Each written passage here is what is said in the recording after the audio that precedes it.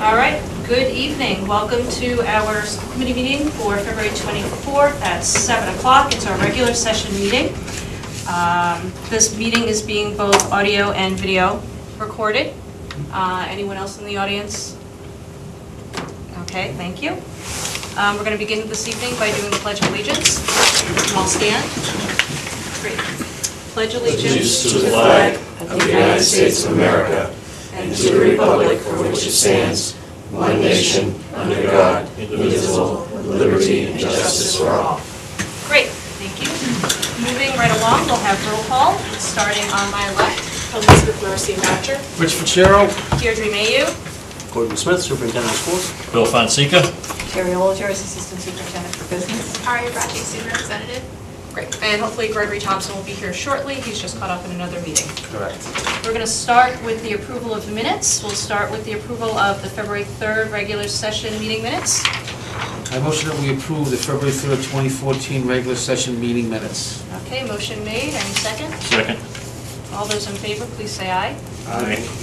I have abstain, yeah. Abstain. Okay, great. 3-0. One abstention. One abstention. Any discussion? Okay, so that goes forward, thank you.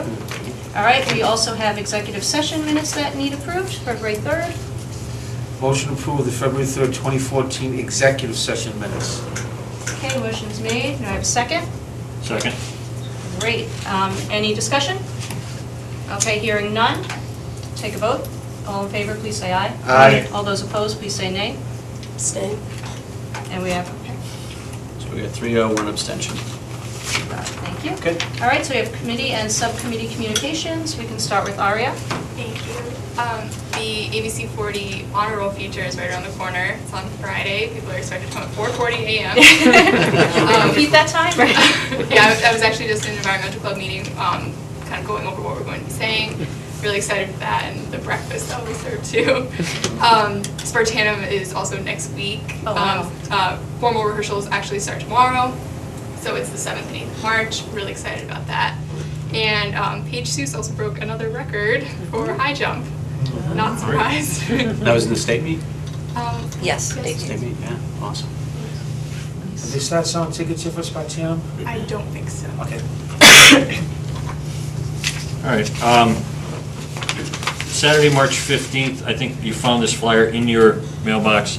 Saturday, March 15th, Division 5 MASC, which we are a member of, will be hosting a park presentation at Smith Vocational. It runs from 9 in the morning to 11 in the morning. I will be attending. If nobody else does, I will be attending, and I will bring back as much information as possible. What I am starting to learn and hear is there's going to be a whole new list of acronyms that we're going to have to learn, and I'm hoping to start to get some of that so that we can familiarize ourselves with this as Common Core and Park make its way towards us. And as Aria said, congratulations to the high school for being chosen as Channel 40's honor roll, and the segment will run this Friday from 5 a.m. to 7 a.m., which is going to be a challenge, I think, for quite a few people, but it's going to be well worth it. Yep. It'll be well worth it. That's great, thank you. Park is the first acronym to learn. Yes, it is. I'm just going to mention, too, that we had a Health Advisory Council meeting just before the vacation, and there's really no update on it because we've gone through a lot of major policies in the last couple of years, so it's really just thinking about, ways to improve the school lunch and things like that. We also did have a family fitness night at Meadowbrook, and that was a lot of fun. I was there helping out, participating. So the nurse was there and the physical education teacher, and when they went around, students and parents, to learn about how we're just incorporating wellness into our whole program at the schools. You had 2 sessions, right? We did 2 sessions, yeah, and it went really well. Yeah. I attended a few more athletic events, and I also attended a sick leave bank meeting, and that's about it. The ELEAF event went very well. They made over $20,000. I think it was a nice atmosphere. Twin Hills had redone, and the red was a nice theme. And I think overall they felt it was a success, so I'll be telling everybody about their next event soon. And that's really about it for today. Great. Okay, moving on. Opportunity for visitors to address the committee. Okay. All right, moving on to number 5. We have 5.1.1. Are we doing that? I think we can start with it. I think Jim? Mr. Okay. Thompson will be here shortly, so you may arrive during the beginning part of the presentation. Okay. So we have the proposed technology integration plan for the East Long Meadow Public Schools. Okay. In your packets, you have a handout that looks like this, but you'll see it all live in living color in a moment. We have really what is become a steering committee, if you will, for the district-wide technology committee. So Mr. Fredette, Mrs. Flanagan, Mr. Quimby, Mrs. Anir is not here due to a family illness, and I and Mrs. Olajars have probably since late October, somewhere in the middle fall, we've been working on what the district-wide technology committee had left us with, which was a pretty incredible base and a technology plan for the future. And we've started to map, and that's what you'll see tonight, how do we go from that plan to real integration of technology, recognizing that the Common Core state standards are doing more than our previous standards, where you sort of had the standards for all your academic areas and then technology standards that were on the outside. And there was a lot of effort, and Mr. Ficero, being a former principal, would know this, say between 2004 and 2010 to really try to integrate those into the academic disciplines. A great deal of effort, not a lot of result from that. But now the Common Core state standards, and one of your slides has this where it starts to look at, it's not a choice, they're embedded into, the technology standards are embedded into the subject and the academic standards. So we'll talk a little bit about that, but we'll also talk about where we see technology going in the East Long Meadow Public School System starting this year, heading out roughly 3-4 years. So we'll just need a little moment to set up. I think we have to provide some seats. And Aria, if you wouldn't mind grabbing those lights behind you. Let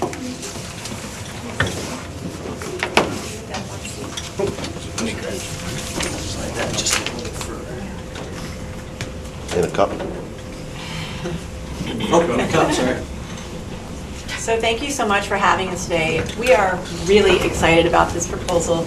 It has been 2.5 years in the making, and it's been a very collaborative effort. It's been a pleasure working with Ryan and the Town ID department on this, and it's also reflected staff from every single school. Every district principal has given this the thumbs up, and so here we are today. And as Mr. Smith referred to, we're hearing more and more from colleges and people in the workforce and the Common Core standards that technology is a must now in schools. And so school districts across our country, they're no longer asking of whether or not we should go to technology, it's when and how. And so we feel our presentation today is going to help provide East Long Meadow Public Schools the when and the how. Our main goal through this whole initiative is to become a one-to-one laptop district, primarily at the secondary level, which means that every student at the secondary level will have access at home and at school with a laptop. In the elementary level, it's saturating with iPads and laptops within the school during the school day. All of this stuff that we're going to present to you today, again, is something that we feel very strongly about and we think is a very doable plan. We want to start off tonight, though, by sharing with you some of the great things that are going on in our schools right now with the very limited technology we do have. We have a long way to go in terms of improving our technology, but I think you'll see that the enthusiasm from our teachers and students is definitely in place, and that's great momentum moving forward. So without further ado, oops, let me go back. Why is it not showing? I'm having technical difficulties. One second. Do Sorry. Family photo. When you dropped it in, did you just drop it in the image and Oh, not I'm the sorry. video? See, sometimes technology doesn't always work right. It was working a minute ago. click on that's not working. Yeah, it's like, Go exit the presentation mode. let's see. Try this. Sorry. Let's try here. It's not even live anymore. What happened? When you dropped it in, did you, Huh. Just pull up on YouTube directly. Okay, hold on, everyone. Let me just go to YouTube. just to give you an idea, we inserted a video that was created by Mrs. Flanagan and Mr. Fredette, I believe. We've developed an account on YouTube, so we've done a number of videos now where we've used them for professional development, we've used them to guide people through scoring. So this video is on YouTube, and it sounds like they're going directly to the ELPS YouTube account. All right, we're ready to roll. There we go.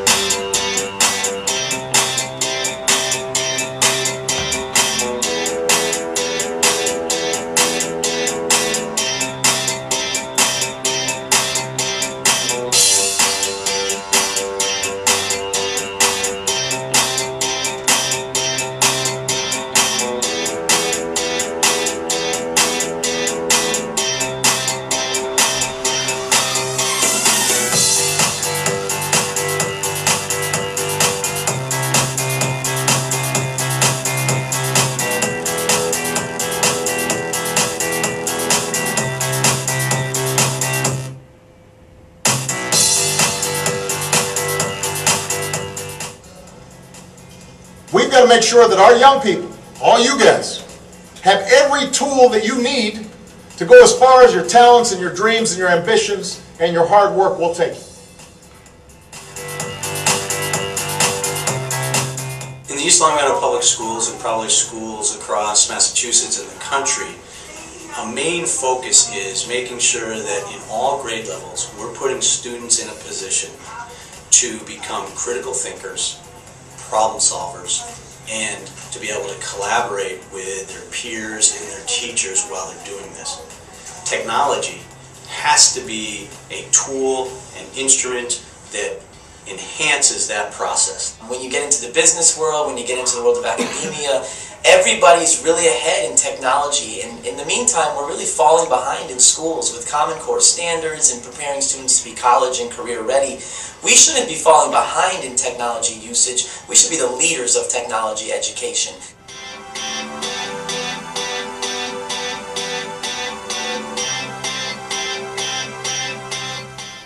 Well, it's gotten more interested in learning. It's developed a curiosity for learning and an application to real world events, things that they're interested in doing in college.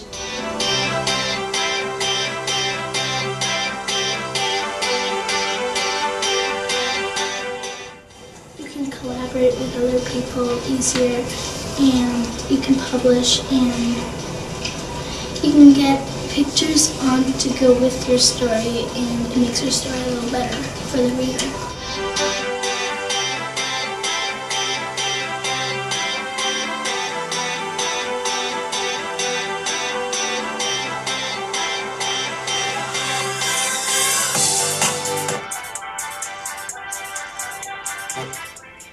The integration of technology in our classrooms is much more than just providing every student a laptop or iPad. It's about transforming the way that teachers teach and students learn.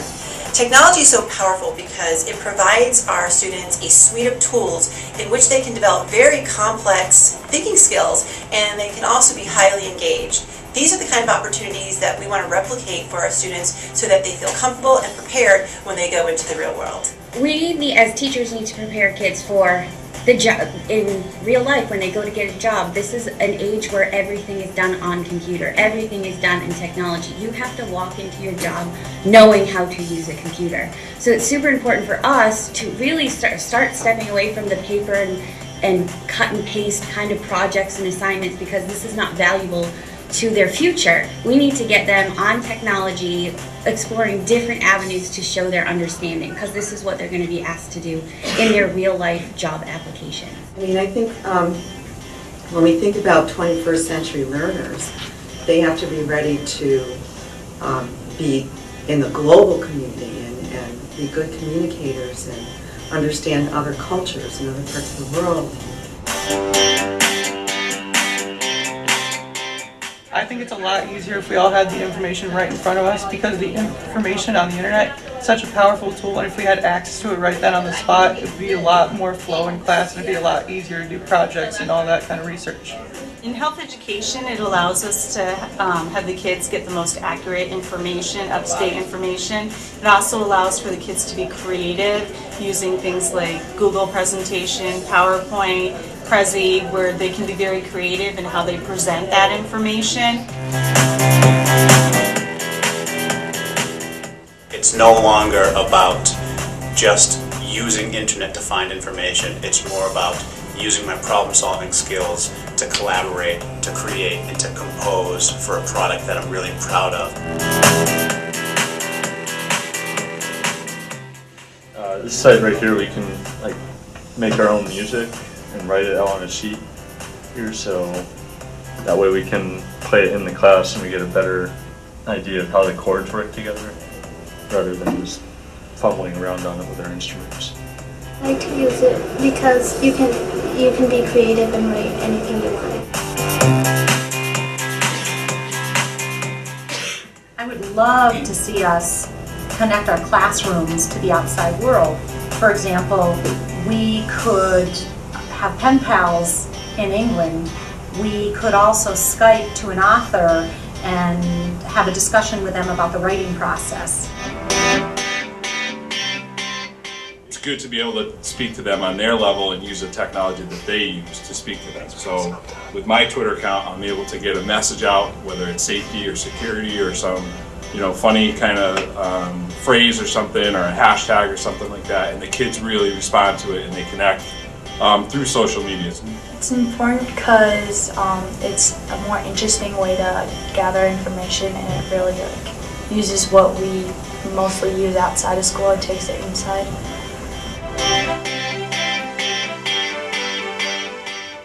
At this point, what we've been doing is we have been using the iPads as often as we can, and last year we had a big push to have the school system purchase an additional app called Photon, which allowed us to use a lot of the interactive technology from our textbook, which really helps students better understand and see a lot of our curriculum from life science that's not very easy to show them visually in our classroom.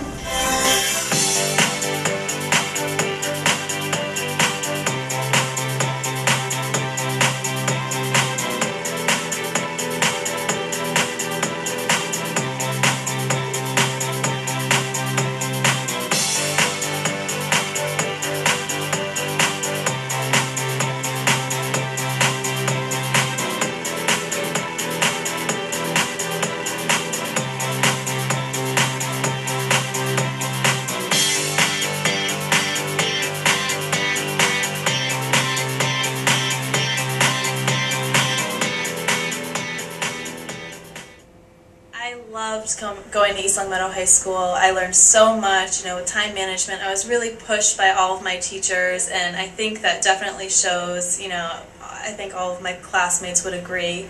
I wish that we had more access to technology, and I wish it was more readily available for us because, going to college, that transition is so huge, and I think having the technology in high school and just becoming more familiar with it would kind of ease that transition a little bit more.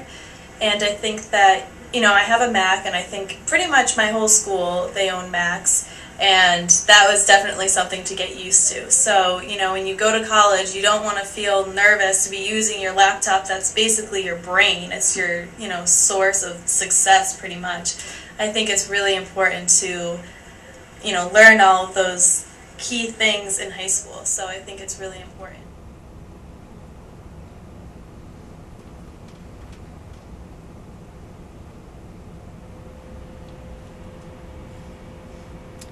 So that's our video, and I want to thank all the teachers and students and everybody that had a part of it, because I think it does a really good job of representing what we're currently doing with technology. But as we said, before, this is really about improving what we do and the services that we can provide our students. Getting more back to the actual presentation, one of the things that we really looked at too was the financial aspect of it, and always trying to stay aligned to our district SMART goal number 4 of making sure that our resources are not only aligned to the district objectives, but they are fiscally responsible. And there's a lot of research out there that's showing that the integration of technology will help to alleviate some of the district burdens in terms of, for example, textbooks. You're seeing more and more textbooks companies moving toward electronic books. I don't think we'll ever get to a day where textbooks are completely gone, but for example, last year in the math department at the high school, we purchased class sets of textbooks and we bought the student licenses so the students could access it. It was significantly lower than actually buying the textbook. Curriculum resources, there's so much available on the web that teachers can utilize. So there's a lot of cost-effective benefits to this. Another thing that we've talked about is that if we were to go to a one-to-one district, we would no longer need to upkeep and maintain our computer labs, because essentially the computer lab is wherever a kid has a laptop. So we really do feel that this initiative also meets the parameters of meeting a fiscally responsible budget. And we'll talk more about that in just a minute. At the key to all of this, however, it's not just about getting laptops and gadgets into the hands of teachers and students. It really truly is about transforming the ways teachers teach and students learn. Years ago, a Harvard professor by the name of Dr. Puentedora created what is known, and it's the gold standard for technology integration in schools. It's called the SAMR Model. And the idea behind it is that we want to move toward this level of transforming technology so that the technology is a seamless tool. And kids utilize that, teachers utilize that to really dive into higher level thinking skills, problem solving, creativity. Right now in East Long Meadow Public Schools, we're probably at the lower level of this model here, and that's the enhancement. We see a lot of our teachers and students utilizing technology right now as a substitute for resources we already have. So for example, in a social studies class, traditionally a teacher would use an atlas, a hard copy atlas.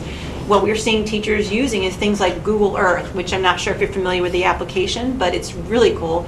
In some parts of the world, they have satellites embedded that, say for instance, the students were doing a unit on the pyramids of Giza. They could actually go to this site and actually see it in live time, and then click on different icons and learn about the history and learn about the different structures. So we're seeing that substitution, and that's wonderful. But we really want to get to the point where, as you can see, the highest level where kids are utilizing all types of technology to do things like creating a video, a guided tour of a part of the world, sharing it with students across the region and across the country. There's a lot of promise, but our focus really is on the learning and making sure that technology helps us get to the highest level possible. So we wanted to emphasize that. Can you just go Yes, back to that? sure. So it's very similar to Bloom's taxonomy. As you go up, you're looking at much more higher order thinking and skill mastery.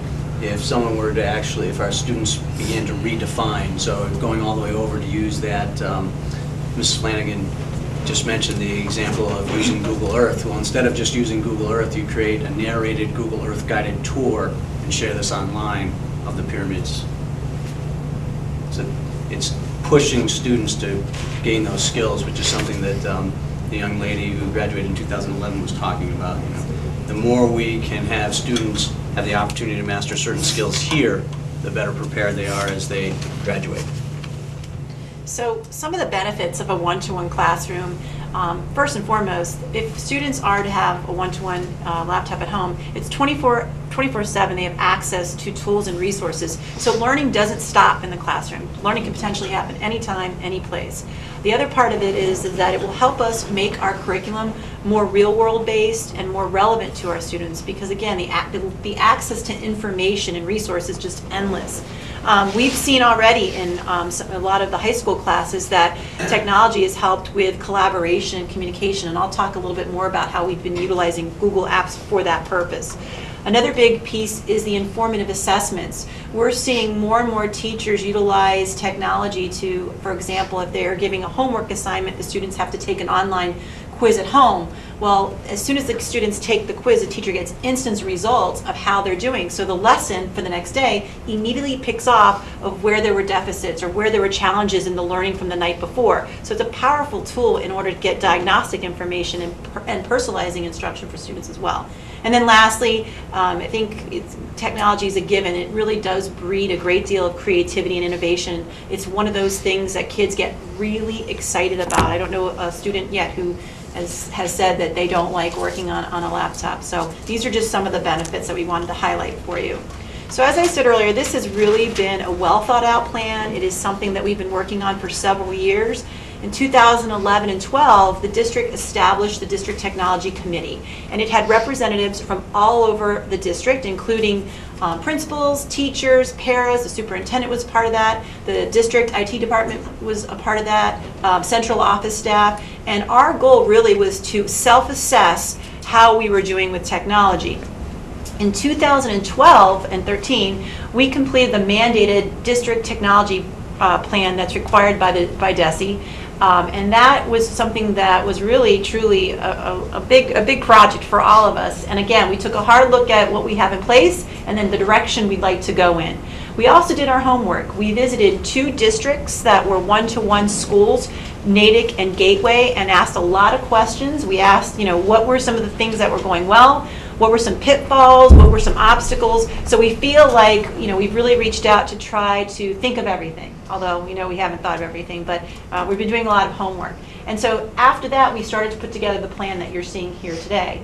And so this year, we've shared this plan out with the district administrators to get their thumbs up, and we're here tonight to present this to you, hopefully for your approval. So just to highlight some of the technology, the good and the bad that's going on right now in East Long Meadow Public Schools. We know that we have laptop carts, at least at the secondary level. The 3 carts that we have at the high school right now, 2 of them are PC based, and they're really old, and we get a lot of complaints with the teachers and students that they're just not as strong of machines that they could be, and they take a long time to boot up and so forth. 2 years ago, we were very fortunate that the East Long Meadow 50th Birthday Committee gifted us with a Mac Lab, which has been getting a lot of use, and but that was something we wouldn't have been able to purchase on our own, so we're very grateful for that. At the elementary level and even at the middle school level, we are seeing more students and buildings have purchased the iPads, and they're being utilized quite a bit. The assessment piece, we're really trying to prepare our students for the PARCC assessment, which, as you know, is going to be online. So teachers are embedding online assessments as much as possible, not just to get ready for PARCC, but we do want our kids prepared, but again, going to that diagnostic piece that we want to get information on students. So that's been working out really well. At the high school level, we've been really trying to encourage our teachers to utilize Google Apps with our students. We do see in the district level between teachers and central office staff, we utilize this quite a bit, and it's been really great to encourage collaboration between staff members, communication with staff members, but it's something that we really want to dig deeper into because a lot of colleges are utilizing this with students, and so we want our kids to be ready to go when they get there. Yep, go ahead. I want to talk this movement for the district with using Google as the platform for collaboration really took off beginning in the spring of last year, but as we went through the summer and planned with Mr. Quimby, we were able to get every staff member a Google account. And then eventually with that, the town started to move into the Google platform. And so what we're looking to do, and it sounds like the high schools started to do it, is also bring our students into this platform so that you can have that same collaboration. This presentation is on the Google Drive. So not only did we meet in person, but then any one of us could have edited and looked at or asked questions from anywhere we were, as long as we could get on our Google Drive and start to look at this presentation. But that's happening with all our department meetings. That's happening with our development of common assessments. We're able to bring people together even if they're not in the same room. So that's going on with the staff. What we want to do is get that happening more frequently with the students and the staff. So the next thing we're doing that I'm really proud of, particularly my high school teachers, is that they're starting to dig into the flipped classroom concept. And this is where teachers utilize technology to create videos of the lessons. So the instruction part is done on video. The students watch that for their homework, so that when they come to class the next day, they are able to provide the teachers feedback about questions that they might have had. The teacher addresses those, but then they move right into the application of the content that was presented the night before. So the classroom now moves away from being lecture-based, teacher-centered, to more student-based classroom. And it's pretty exciting, and we're hoping it's something that we will continue to do in the future. So all of these things were really off to a great start, but access is limited, and Michael's going to talk a little bit more about that, and hopefully we'll get into the nitty-gritties of the financial piece, but I'm going to turn it over to Michael. Thanks, John. That was great. So this slide is this is what Gina was just getting into, is the access piece. This is probably the only negative slide in this whole presentation, but it's a really important slide because it's a big component of why we're here. We want to transform instruction and learning in our classrooms. We want to be on the cutting edge for technological integration. But here are some challenges that we're currently struggling with. This is number one, is access and availability. I see this in my building every single day, just about every single period. And I know that there are access and availability issues clearly at the high school and across the entire district. Classes compete for computer labs and carts. So if you're fortunate enough to have a cart or 2 carts in a building, you're under a lot of competition to sign that cart out, get that cart into a classroom. I have a pretty sophisticated kind of calendar system where they sign up for the carts. I know, Greg, you had a school visit and I showed you this. And literally, mostly all the blocks of time are taken up for use of the cart in the classroom to embed it in the instruction. But that then prevents 15 other classrooms from using that cart at that time. So it's definitely access and availability is probably the number one issue. Technology tools are not seamless or readily available in all the classrooms. They're definitely not readily available, but they're also not seamless. So you probably noticed in the video that you just saw, which was a great video on what's actually happening in East Longmeadow, which is exciting. We're not showing you some other school system, but you notice that the tools are probably all different. If there's elements of bring your own device, they could come in, do a blog, do a project, and then that device would then go home, and there's access issues around that. If they're using this desktop, if they're using a laptop, some of the laptops are outdated models, they're struggling with battery life, they're struggling with turning it on and having it run properly. So none of that is really seamless. There's all these different devices, all these different components of technology. And the computers, most computers aren't mobile. I went from, in my building, from a lab, which was constantly being troubleshooted.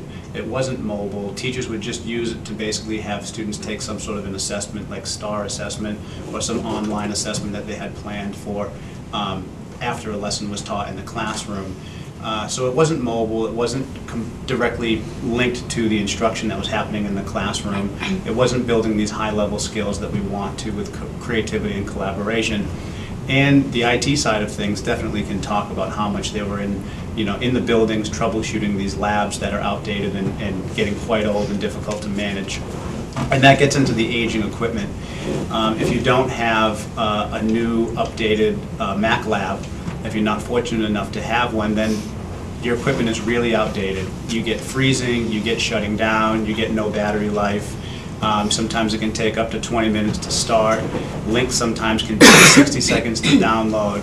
So it's a real downer. When you have a teacher that's done some learning on their own and they really want to engage children in these types of activities and new learning outcomes in the classroom with technological instruction, it's really a downer when they're all excited about it. They go into the class, they get it all ready to go, and it takes minutes for the machines to turn on.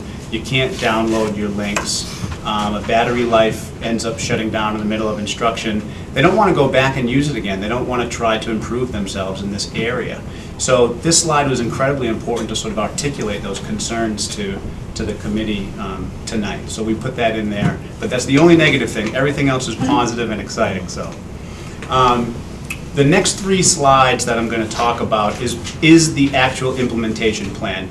You probably may have watched the video and felt like this is exciting, of course we want this, we want our children to have the best, we want to be on the cutting edge, we want to be really the gold standard for technological instruction in this area or in the entire state. Great, how do we get there? What do? We know budgets are hard. We know we're not going to build another line that adds $300,000 to a budget year after year after year to make sure that we keep on top of technology. We know that increasing a budget by 0.5% is an incredible amount of money. So we put together a plan and brainstorming what could we do to make sure that the school committee in the school system would not have to increase their budget at all. And so we used capital planning, and this is where the IT department and Mr. Quimby got involved really intently, and it was a big game changer for this. We're very excited about this. We feel that At the end of this, our recommendations to go forward with this plan would not impact the school budget at all. It would be no increase to a line, no additional line, or increase to the percentage of the bottom line of the budget. And we're going to explain that piece by piece. So this first slide is a real big overview of vision. The next slide after that is going to be broken down year by year of what that looks like in our schools. And then the slides after that are going to specifically articulate and outline how this plays out each fiscal year. So this year, here's where there's one budget implication that Mrs. Olajars and Mr. Smith worked with us to figure out. We're getting laptops for lead teachers. We really want to start with a train-the-trainer model. The teachers are excited about collaboration in our district. They're great workers when they collaborate in teams. And if we do this right, and we feel like we're going to, we want to have good, strong lead teachers bring our staffs along. So we have a summer academy ready to go. We're recommending a summer academy ready to go with your approval to train these lead teachers early this summer and then use the train-to-train model. And we would need to do a line item transfer, which we'll articulate in another slide that we feel like we've identified. Laptops for all district teachers. So this is next year. Once we have the train-the-train model in place, we want to have a year-long technology professional development initiative led by these lead teachers, training their teachers along, because we have to get the teachers proficient in this. You can't expect a teacher to teach math if they don't understand the content. They can't integrate technology really, really well if they don't understand the technology themselves. So we're going to start to really front-load professional development and supplies for teachers first, and then work at the student level, which is where we'll get at 2015-16. Here is hardware for elementary schools and supplemental mobile carts for lease-to-own program. We're looking at lease-to-own from middle school and high school, and we'll talk more about that as we get through the slideshow. But we're looking for hardware for our elementary schools. Lease-to-own does not necessarily work really, really well from our research and investigations that we've done in our site visits. At the elementary level, so what we're going to do is we're going to own the elementary for the elementary level on mobile carts and provide them with the maximum amount of access that we can. 2016-17, that's where our lease to own begins for grade 6 through 12, and that'll be a discussion point. So here's the financial overview. For this year, we want 24 devices in the hands of our lead teachers, including the software and applications necessary to instruct the children at the highest levels of thinking. That will cost $27,000 to $31,000, depending on what the direction we go for professional development. And then this funding here, is this year's budget, would come out of district operational budget and building-based budgets, based on a line item transfer that we recommend that you would vote on at this meeting. And you can see this broken out in more detail by year, but one of the things that we've been doing since October is looking at all our accounts, looking at our spending, and looking at what truly is feasible within this fiscal year. And you'll see later on in the meeting where we are in terms of the second quarter financial report. But as we put this plan together, our role, Mrs. Olajars and my role, were to continue to look at what has our spending been for the last few years and where are accounts strong this year. So if we move to come to a financial subcommittee meeting first and then a full committee transfer, which would be in subsequent meetings from now, we can identify those accounts for you. So that would be this fiscal year. We're in fiscal year 2014. And then for next year, the real excitement begins in 2015. So we get devices for all certified staff, including insurance and software. That is $327,100. Here is where, in working with Mr. Quimby, that the funding for this, over the next 2 years, for 2015 and then 2016, the funding for all of the hardware, all of the training, software necessary would come out of our capital budget. The IT side of the capital budget. 2016 is the same thing. Now we're looking, we have all of our teachers with the tech, invested in the technology. We have them trained, we have their devices. Now we look in 2016, we look at the student level. We get devices for our elementary students, and our secondary gets supplemental carts to make sure that we do own some of the technology. We do have technology for when a student may not show up with their laptop, or for some that are in financial hardship. That's FY16, that's $340,400. That comes out of the IT side of the capital budget. Then FY 2017, that is where our lease to own initiative begins. We would have a few years to plan for that and to prepare for that. The costs here would be set up through an IT troubleshooting network and a help desk. That would be a support and a service for families, and that would be on the IT side of the budget as well, of the capital budget. So we're going to have Ryan here do the breakdown, but again, just heading into segueing to Ryan's piece, if you look at this, the cost to the school district is minimal, with the exception of the first year. The bulk of this plan relies on the IT capital budget. So with that, I turn it over to Ryan. Give me the next slide. Yeah, for 2014, I'm going to defer to Gordon. In this fiscal year, what we're hoping to do within the next few months is to purchase 20 laptops and 4 iPads, identify staff leaders who would take on this role to become basically our trainers and be the people that move the initiative forward.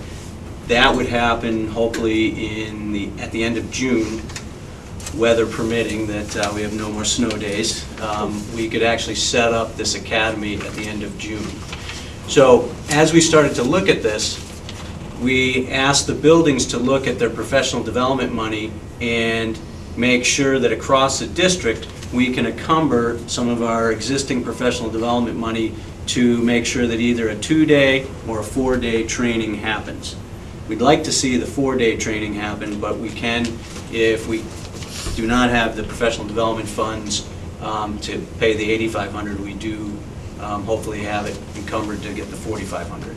So that would come from existing professional development accounts that the buildings right now, once we put all those accounts into place and distribute the money, have control over those professional development accounts. And so the leadership team discussed this, and all building principals and assistant principals have been looking to see how they can encumber a certain percentage of that professional development money. The $23,200 that would come from equipment, that challenge has fallen to Mrs. Olajar's and me, and we've been looking at our accounts, not only accounts that traditionally purchase supplies, but are there other accounts that are still at this point in the year where we've now crossed over the halfway point that are fiscally strong. And what we think we can do in setting up a financial subcommittee is identify those accounts first for the financial subcommittee, and then make that recommendation to the whole committee probably at the next meeting. But we are, as you'll hear in terms of our fiscal report for the second quarter, we're in a very good position in this fiscal year. These are $1,000 laptops, is that roughly? Yeah. Okay. So I'm going to preface these next two slides for FY15 and FY16 with kind of what the plan has been from the capital committee on what they want to see really all the departments doing for capital planning. I'm just getting over a throat thing, so sorry, I sound like a 60-year-old smoker. What the capital committee has kind of set forth for all departments is they want to see everything smoothed over kind of all the years. So for technology, they don't want to see one request for $1 million for 1,000 computers. They want to see 5-year replacement at $250 a year. So what we did in IT was we took all of our area of responsibility, you know, obviously computers, servers, cameras, wireless, everything, add it all up, set expected life for everything. It equals out to be about $375 a year just to maintain our IT infrastructure. That's really how we're going to fund FY15, FY16 is through that funding. realizing it's not all that money is for computers, I made capital aware, like, we're in such dire conditions in the schools, like, we're gonna front load that all to get the technology we need into the schools. If you remember a couple slides back, FY15 is all for teachers, then FY16 was for supplemental. Originally, our dollar amounts had FY16 with a much larger amount. We actually took some of 16's proposed purchases and moved them into FY15 to smooth those numbers out.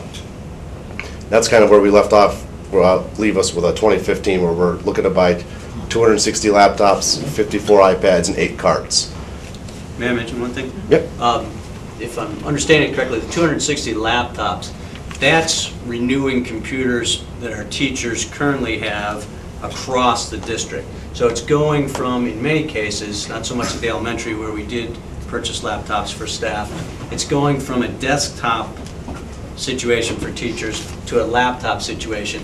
But in many cases, as Mr. Quimby was outlining, and this is true I think across the town, but certainly representative of what's going on in the schools, you have computers that are anywhere from 3 to maybe 9 years old. Yep. So this is something that I think Capital has been working on for a few years to say, okay, how do we get a renewal cycle for the town that is consistent and has somewhat of a set number attached to it so that we're keeping the town in a situation and the schools in a situation where we have technology and equipment that's viable and is not in a situation where you set something up and you can't run that for a class because the equipment can no longer handle the applications and so forth. Is that accurate? Sounds right. Okay. Excellent. So this is a continuation off of FY15. You can see it's the same number of laptops. Basically, we took the two, added them up, and divided by 2. The iPads are close, and the carts are pretty close. We did actually move some of the carts from 16 into 15, so we will have to store them or we can carry the funds over across the years. And FY17, this is something that we're in discussions trying to figure out which way to do. This is the real icing on the cake to figure this one out. We have some pretty good ideas. You know, it's still in development. You know, I wish we could come to you with a set plan for this, but not quite yet. There are different models out there. Natick had a different model than, say, Gateway. And there are also third-party organizations that help you, if you choose to go that direction, that might be able to help you set it up and run some of the record-keeping and paperwork, if you will, of running a lease-to-own program. So that's something we have to continue to look at and define for the East Long Meadow Public Schools, because whatever model we decide to select, it has to work for East Long Meadow. And it's not going to be the same exactly as what Natick may have, and it won't be the same exactly as what Gateway had, but it needs to work for East Long Meadow. But it's the direction that we think we need to be going in. And this is lease to own, the families lease the computers to own. Yep. Just to make it clear. Yep. Say again, families lease? Families will lease it to own. How many years out did you go, Ryan? Did you just go 3 years out? For my capital replacement? Yeah, for just, because you're integrating the town into all of this, or integrating the schools into your whole project. How many years did you forecast out? Like, we do a 5-year capital plan. Did you just go 3 years and try and level the cost? No, it's cyclical, so some of our stuff has a 10-year life cycle. Okay. So that's what it costs every year moving forward. Okay, so it's still roughly around, let's say between 340 and 360? Is that how you did it? That's just a front load. The actual number is about 375 for our capital request. Okay. So there's still stuff we have to replace. You know, we still need to add some wireless access points and some cameras. So Capital wants to see, the full Capital Committee wants to see like a blueprint or a picture of what it's going to look like in the future with your amounts basically staying the same. Is that a good way to put it? Right. Like it's kind of hard for the school committees, but basically, I'm just say just IT department. Instead of having, you know, a couple years ago we did $750,000 for network upgrade. Right. Then we had couple years before that, we had $750, I think, for computer upgrades on the school side. Then we had computer upgrades on the town side. This is just now every year, IT, $375, it's everything. Okay. Thank you. Just before we move into questions, as we start to define what that lease to own may look like, one of the elements that we're all very conscious of is that many districts across Massachusetts, and probably across the country, but strictly in Massachusetts I'm speaking about right now, started to move on their technology as they did a building project. So if there's a way to fold in some of the leap forward in technology into the comprehensive building project that we may do at the high school, that would be part of, and would become a very specific part of this plan. So you have two tasks right now that seemingly are separate, but they do come together. So if you looked at the Natick, it has lease to own now? Natick is working on, they had two building projects, a new high school and a major renovation. And so that got them a lot of their, for lack of a better term, their seed money. And they purchased a bunch of equipment, and they are now working out of that process into hopefully a lease to own. They, if I remember what the superintendent said specifically, they were targeting a current grade, I think he said last year's fourth graders, to be their first class when they got to the middle school, to be the first group to start that lease to own process. What they've gotten into, and something that's difficult to sustain, and Mr. Quimby was speaking to this, is they, as they got into the building process and came out of that project, they had put a line item of $300,000 into their operational budget, and they're having difficulty sustaining that year after year And after that's year. probably what ours would have to be, because if we went, if you looked at 6 through 12 and gave a student a computer for 6 years, $300,000 a year sounds about what it would cost us to That's where each you, individual student. right. So what does a lease to own cost in rough estimates? Well, it really depends. It depends on the model. Average monthly payment for the family, is that what you're looking for? About $20 a month. And you're looking at max Looking at this point. And do you see in the future them ever understanding the importance of the company itself and trying to help the school systems get in, or are they just pretty steadfast as far as having incentive programs for schools? Did they have been able to see any of that coming up in the future, or is it just pretty standard, I you think, pay what you pay? and one of the reasons why we went with the idea of going with Apple is by far, more than any other computer company, they put a lot of money into education, and that's evident through iTunes U and some of the built-in software that's available. So like when you buy a PC, really you get the Word and you get, but on a Mac, there's GarageBand, there's Movie Maker, there's iTunes U. So, and even with their PD, it is very much geared toward education, which I think is an added value. And also from Ryan can speak more to this from a technical aspect. It's just a better machine to manage on a larger scale. And they also, with the most recent Apple update to the OS X Mavericks, they now include Pages, all their Office products, their equivalent, they now include them for free. And their OS upgrades are for free.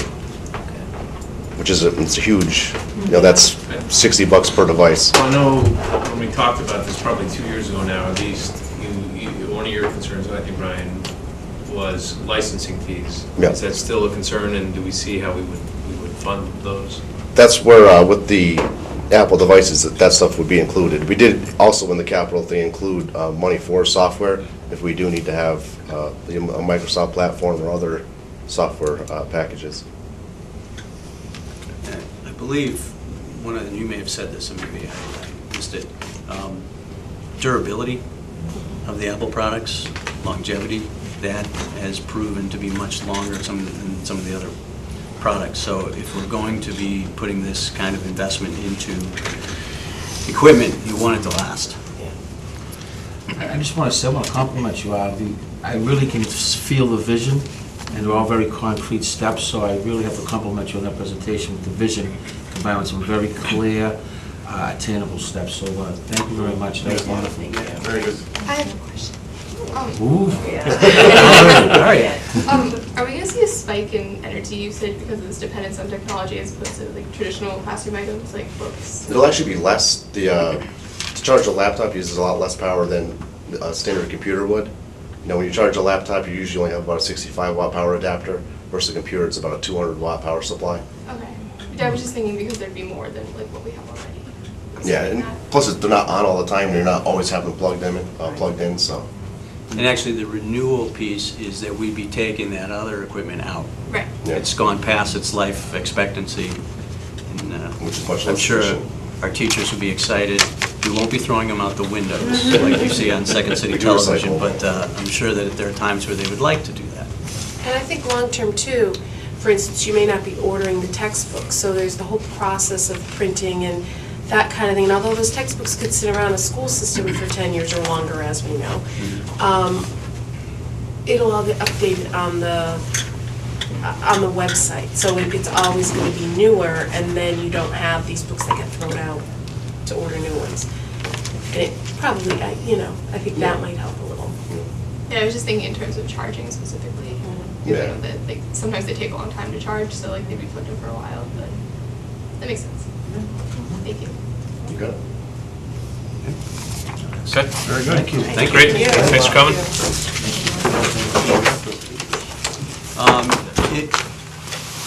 Eventually, you're going to have to approve the transfers. Right. If you approve the plan, at least acknowledge the plan, that allows us to encumber the PD money.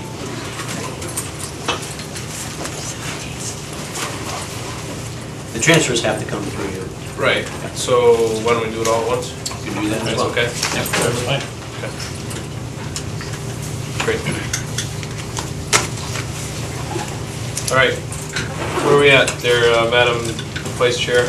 Oh, we're following right along. So Thank you. that- My apologies for being late. We are on to our second quarter budget report. Mrs. Oljar's. So you have the budget report in your packet, and this report is supposed to be as of December 31st, but the reports were actually run on January 7th, which is when we used the year-to-date figures to prepare the initial submission to appropriation. So killed two birds with one stone there. And as much as last year was one of those years where every time I turned around there was a problem and I kept telling you there were problems and everything was tight, this year is actually just the opposite. And we have good news that we have many fewer challenges this year to deal with. And we've had personnel accounts are in pretty good shape. We've had several good things that have happened there. And there is money that we would like to be able to shift to support the technology integration. And we can have a finance subcommittee meeting to talk about that and then bring it forward to the school committee. Part of the good news this year was the circuit breaker account. We were able to carry forward at the end of 2013, $200,000. And this year, the state did step up and fund that at a higher level than they've been funding that. So that has helped us to feel secure in our special education accounts. And there are a couple of things that we're watching very closely, but as the year progresses, an impact would be lesser and lesser of certain situations. So, and we're also looking at being able to roll over to next year $150,000 of that circuit breaker, which I have counted on with our budget numbers. So again, this is really a snapshot in time, and things change all the time, but it's looking really good, and I'd be glad to answer any questions you may have. One of the things, as you saw in that presentation, we've been discussing not only technology, but understanding our building-based accounts, understanding district accounts, pretty much throughout the summer into this school year. And so I think all of our cost centers, if we can use that term, have a much better understanding of how they're spending and where they're spending, which doesn't necessarily mean that's why we're feeling strong in all of our accounts, but it definitely helps us explain anything that is going on in any of the accounts, and that's been really good across the district, and should allow us to identify accounts from where we can transfer money for the technology integration. Well, I'm glad the challenge is a little bit fewer, but we still have a ways to go, do we not? Yeah, we do. Yes, we do. Yes, we do, But, yeah. Okay. Okay, thank you. I move that we have to approve this, do we not? Please. Yep. I move that we approve the second quarter budget report from our Assistant Superintendent for Business. I'll second. Motion made and seconded. Any further discussion? Hearing none, all those in favor, please say aye. Aye. Those opposed, no. Motion carries 5-0. Thank you, Terry. Okay, our FY15 budget discussion. Okay. You have a number of spreadsheets in your packet.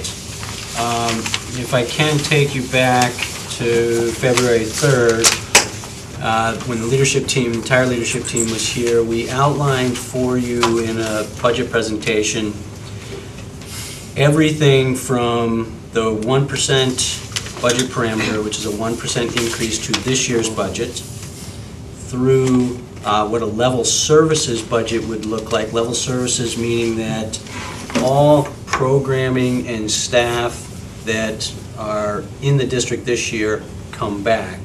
So your programming is basically the same as it stands right now. That's level services, and that's a 2.6% increase to the budget that we currently have in fiscal year 14.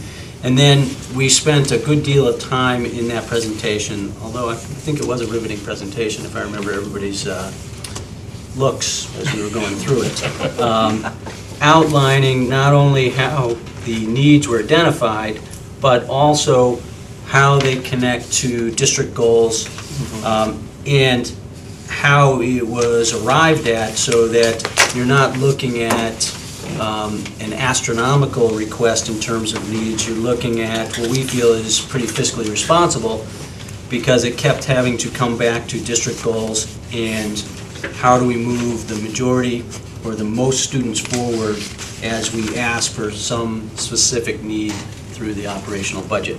So that took us to roughly a 3.8% increase. So that was all outlined in that comprehensive presentation. So at this point, we're in a position, you have spreadsheets that are broken down in your packet, similar to the ones that the Appropriations Committee asks for from each department. So, Ms. Olajars probably can walk you through those spreadsheets so you know exactly what you're looking at in terms of how it's set up. But after tonight's discussion, we will have to submit something to the Appropriations Committee in preparation for our discussion and discussions. Hopefully it's plural and we have more than one discussion with appropriations, but that begins Thursday evening this week. So additionally, we did pass out the spreadsheet of, this goes back now 2 meetings of needs requests and how that was prioritized from each building or cost center. And then more or less a staffing list. So with that, really your challenge tonight is to have an open discussion and come to some type of decision as a school committee as to what you would like us to forward to appropriations. So, in some discussions with multiple folks, Terry and Gordon, appropriations, we need to submit some sort of detail in terms of what a 1% might look like. And so what I'd like is tonight's conversation to start that discussion and try to move in that direction. Also, I'd like to acknowledge that there are requests and our needs requests, and so if we look to start to prioritize any sort of list in terms of how we might budget, and obviously the 1% is less than a level service budget, so there would be cuts from a level service to the 1%. But also I would like to acknowledge that if somehow we do get above the 1%, how we might reinstate some things that we think we could cut. In addition, how we might prioritize some of the needs. So perhaps the easiest thing to do first would be to prioritize the needs portion of the budget, because I think it's fair to say that the school district would prefer to have level services first and then add the needs after that. So if we assume level services, then we are then to assume that needs will be after that. So if we can prioritize this list first, sure, then in our priority list, those would go on the second half of that, out of that list. Does that make sense? And I think, So, big picture, we would send the appropriations committee the level services budget, which has been developed, the 1%, and the needs budget. We just have them all three. my thought, based on recent conversations, recent input from appropriations, is that we tried to get as specific as possible on a 1% increased budget.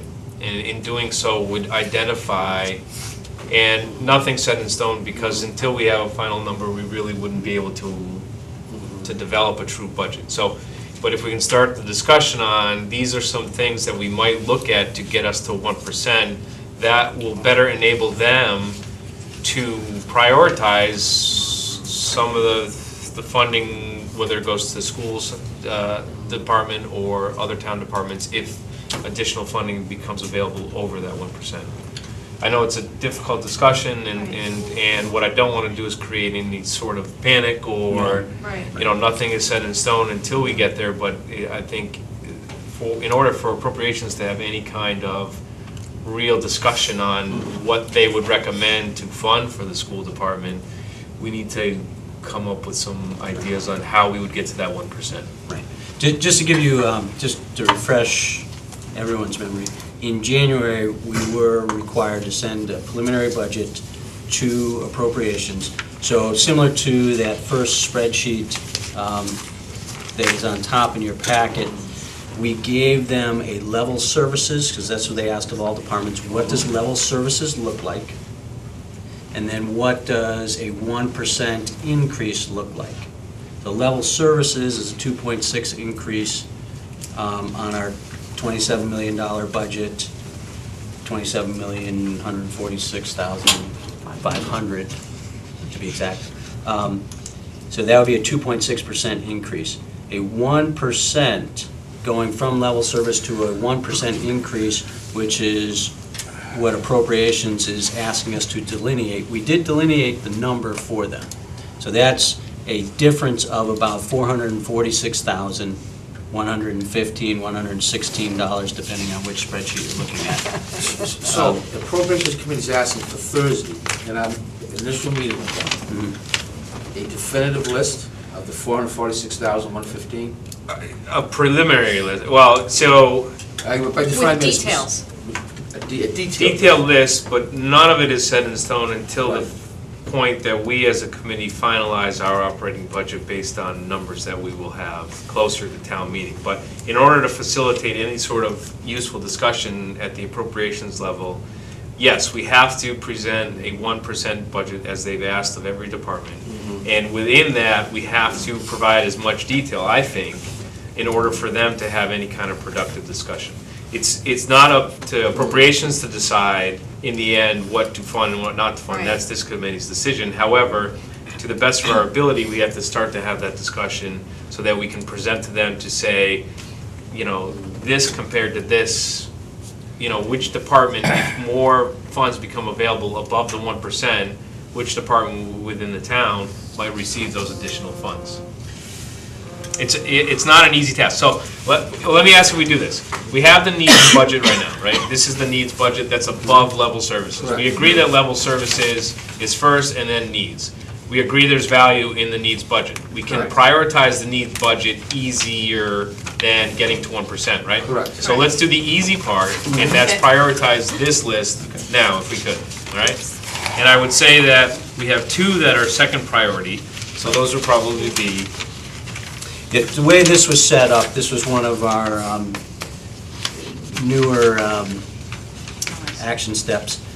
We asked people as they were putting in needs to categorize, is it a top priority, or is it a second priority?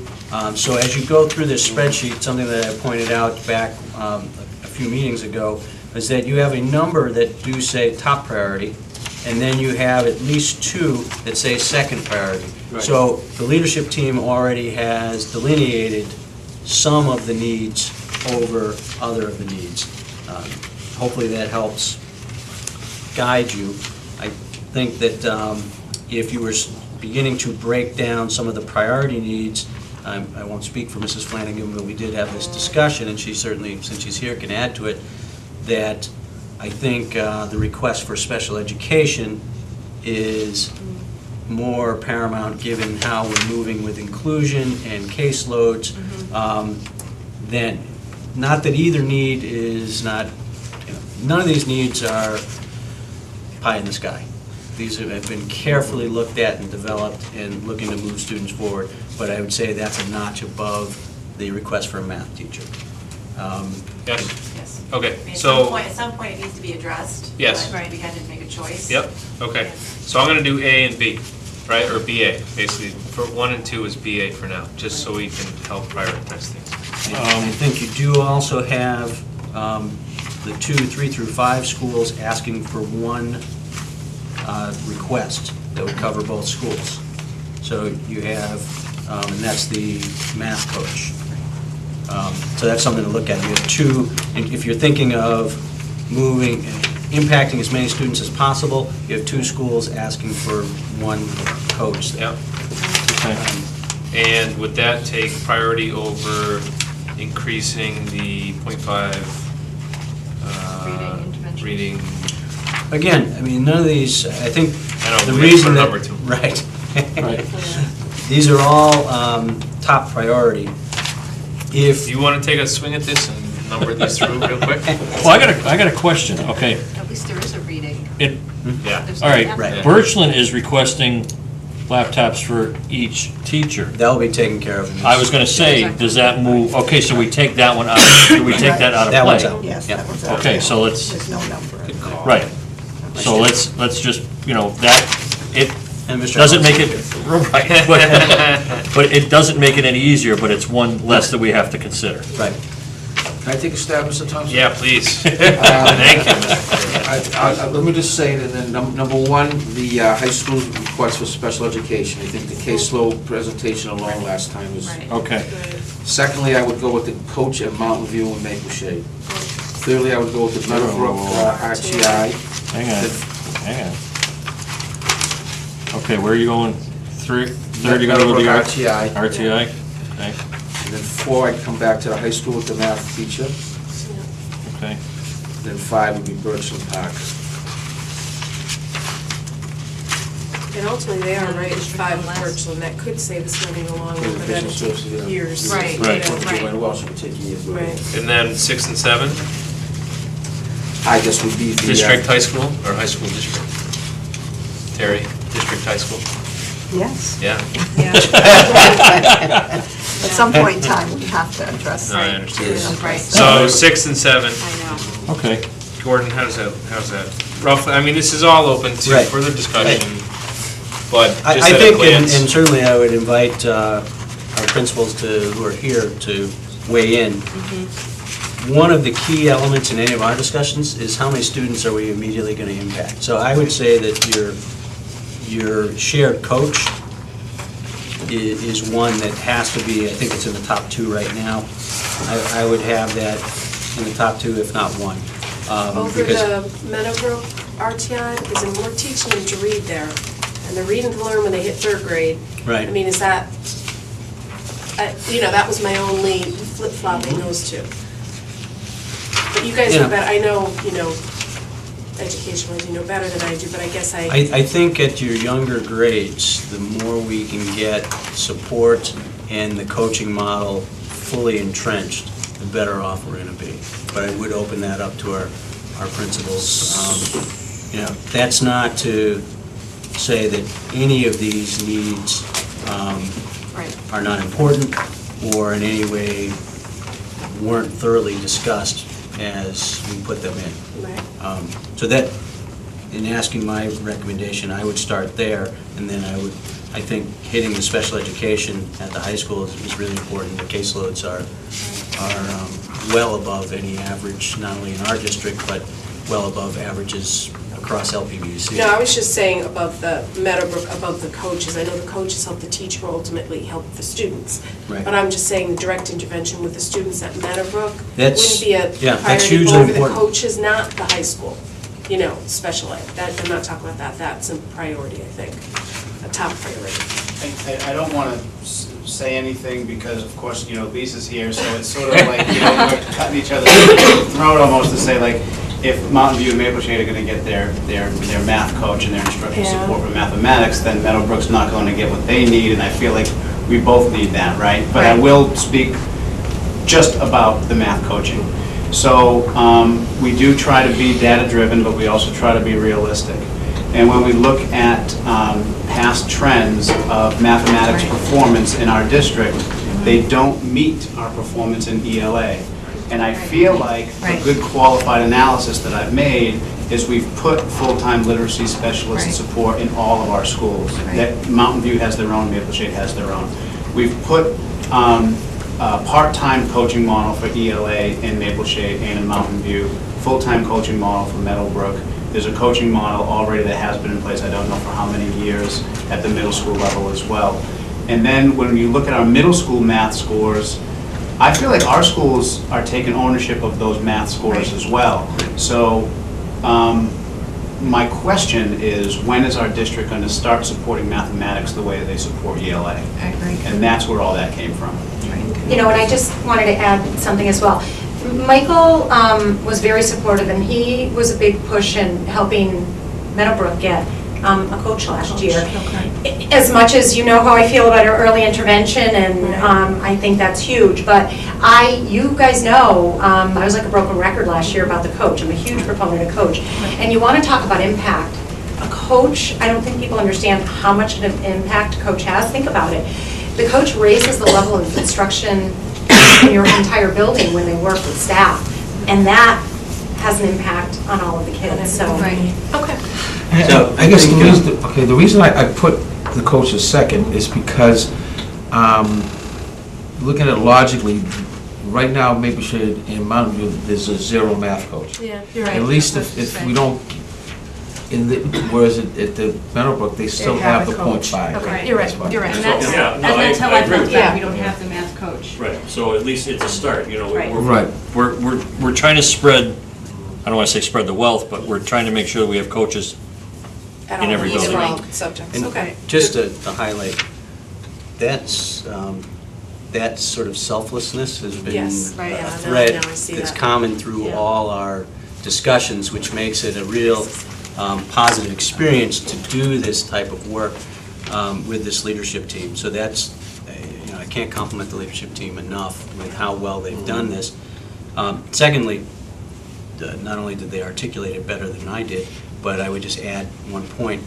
If we were to get the needs, that means we've gotten level services, which means we're still getting a lot of the intervention that are happening this year. And coaching then, as Mrs. Dakin just said, raises the level of instruction for all our staff in those two buildings. So.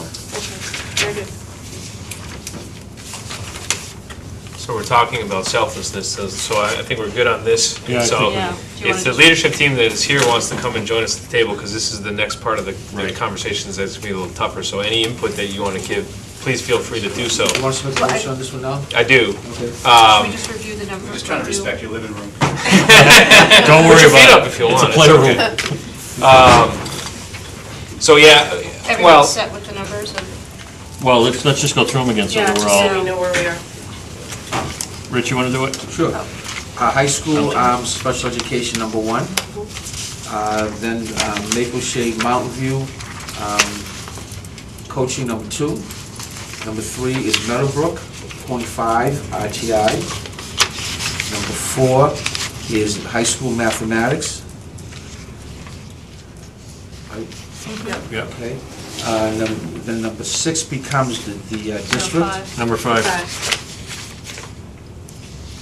Becomes by Personal Park Special Education, sorry about that. The 6 would come the district, the part-time assistant transportation manager. The 7 would be the guidance counselor at the high school increase. Good. That sound good? Yep. We should have invited Elaine and Tim. I feel like it's my fault, though. I take the blame for that. So, but you did. Well, Mike represented Elaine, so. Okay. Yeah. Thank you, Mike. Good with that? Yep. All right. So, yeah. I move to approve, I move that we accept the FY needs budget as prioritized this evening. Okay, great. I'll second it. Motion made and seconded. Any other discussion? Hearing none, all those in favor, please say aye. Aye. Those opposed, no. Motion carries 5-0. Okay.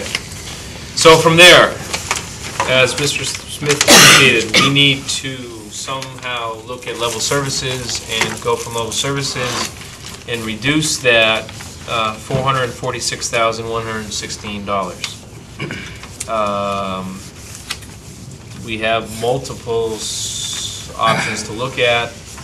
They include programs, staffing. This didn't get distributed. Okay. And so we talked today, myself, the superintendent, the assistant superintendent, about specifically looking at attrition and folks retiring and what would happen if we didn't replace those specific individuals and how that might impact the programs that those individuals or those positions are currently part of. So in front of you, and I thank you, Terry, for putting this together, the sheet. Thank you for doing that on short notice. You'll see some of, not all of those that are retiring, but some of those that have impact. You have everybody. Did you put them all on? Yeah. Yeah. So, I don't know, where do you want to go with that? Well, I guess, let me be a pain and just say I'm very uncomfortable giving anything to the Appropriations Committee at this time.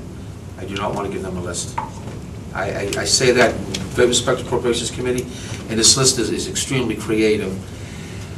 But I feel like we're still in the process of coming to that 1%. And I think we are taking the request seriously, the 1%. But I don't know if I'm ready right now to say this is better than that list or whatever. I'm very conflicted. And Mr. Thompson, finished to you. As you said at the beginning of this presentation, you've had conversation with the Appropriations Committee, which we do not have. So you have much more information than we do. But I'm just hesitant. No, and I understand the hesitation, and I agree with the hesitation. My thought at this point is, though, if the 1% is a true or realistic or at least anticipated true number, and for some reason as we get further along in the process more funds become available, whether it be through the state or local receipts or free cash or however that may happen, then we as a district, or as a department I should say, have the responsibility to give appropriations as much information as possible so that we can make the case to reinstate or prioritize those things that we are looking to, for all intents and purposes, cut to get to the 1% budget. And in order to do that, we need to start the conversation, I think now, tonight, because we are specifically meeting with them Thursday night. And if I feel, one member of 5, if we don't provide specifics, then we may be left out if future funds become available. I guess that's part of my confusion is, in the past, we've, as departments, have kind of just worked with the Appropriations Committee, and then it was a town meeting. It sounds like there's a new step here where the Appropriations Committee is saying that's a 1%, and they're saying they want lists from every single department. Is that correct? Yes. And then what happens to those lists? That's what I don't understand. You don't want this out. I'm concerned about that. Yeah, because, and I guess to your point, are they going to say, oh, well, gee, look at all the things they can live without? Right. Well, no, really, we can't, because it impacts every single grade and every single student. Right. And we're talking 3,000 students in this school system. And I respect everybody's job in this town. It's not our budget compared to their budget, but it is. It's you know, to look at it, it's not. Right, but appropriations charge is to give a recommendation to town meeting, and they feel strongly, is what they're saying now, that the 1% is a pretty good estimate, at least at this point. And so, in order to let them do their job and recommend a budget to the town, then I think we need to demonstrate and show them what impacts that those cuts would have on the district. And yes, I agree that they impact students and learning, but how do you do it as painless as possible, but also make your case that if there is additional funding, then this is our top priority to reinstate right away. Because if it is truly a 1%, then we're going to have to get there at some point anyway, and now's the time to start the discussion. So I think if we get to the 1%, then we can make our case and say, listen, this is what we really feel needs to be funded. I don't know. It's not an easy discussion by any stretch of the imagination. And they'll keep this, I mean, will they keep this within, we could change that. We could give them. Redact a lot of it? Well, no, this becomes very generic, because you don't want to put any, we're very early in this game, and we don't know where the money is. We don't know where the funding is going to lie yet. I hear the same things that Greg is talking about, adhering to that 1%, but it doesn't mean anything. But I don't want undue panic out there either. Because this, you're going to be very, very careful. So this list is extremely creative. That's it is very creative, and I like I hate to say it, but if this is the way we have to go, then it's a good way. So if you look at the list that Terry put together, on the left side, the left column, are the retirements that we were specifically discussing today, all the way down through that bottom number, total possible budget reductions at 448, which meets the requirement of the 446 that we have to cut to get. In the middle there, you have, those aren't retirement positions. Right, yes, thank you, right. But, right, and so, I think that LPVEC credit, that's a good thing either way, although there's potentials for that number to change. I think that based on a meeting, based on an agenda that I was sent today, the Lower Pioneer Valley Educational Collaborative Board of Directors is meeting Wednesday. An agenda item that we will be voting on could be a possible increase in the LPVEC credit payable this year, that we could use towards next year's budget. Additional. That would be very helpful. Did you have a chance to talk to the leadership team today? Everyone? I spoke to everyone. Okay. Yep. Thoughts? Without getting necessarily too specific on any of it. I know none of it will be easy, and I know it differs from suggestions that were given prior. I think programs versus positions are two different philosophies and two different strategies to meet the 1%. These are positions versus the programs. I think, to be honest with you, perfectly honest with you, some of the programs or the things that were, programs that were perhaps potentials to be discussed may not have the support of this committee. I don't know that for sure, because we haven't put it through this committee, but I would say cutting that program. Correct. Certain programs, right.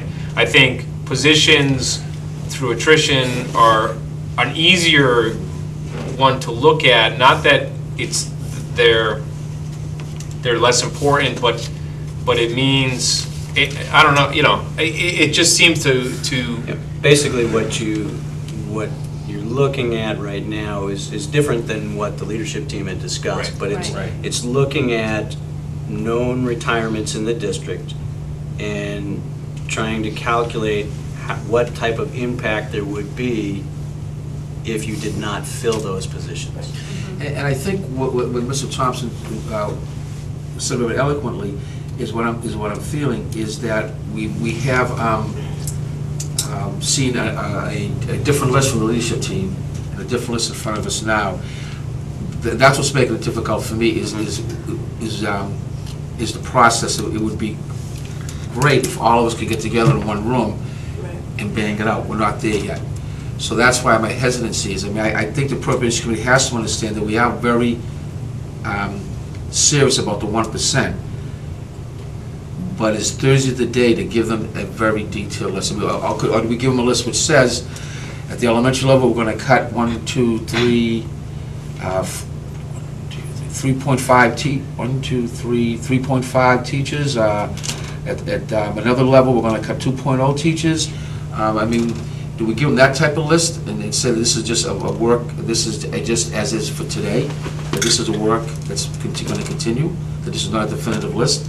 I mean, and I don't know if I'm ready to agree with the 1% either. I think as a school committee, we have to explore all options. Yeah, we haven't, to be fair, the entire leadership team has not seen this list in its full entirety in terms of names and whatever. But I just want to remind you, one of the number one indicator for student success, research-based, whatever you say, is the classroom teacher. Right. Teachers matter. Programs are important, but it's teachers that drive those programs to make them successful. And if you're looking at trying to raise the level of education in East Long Meadow, our teachers are our most valuable resources. And that's a tough decision to make, but that's, I think, I speak for many of us. But one thing that didn't happen, and I'm very respectful that you've all recognized this, is that when Gordon puts a process in place, when we're all in the room to actually determine what it has the greatest impact on student learning, what has the greatest impact on the core instruction, and then what might not.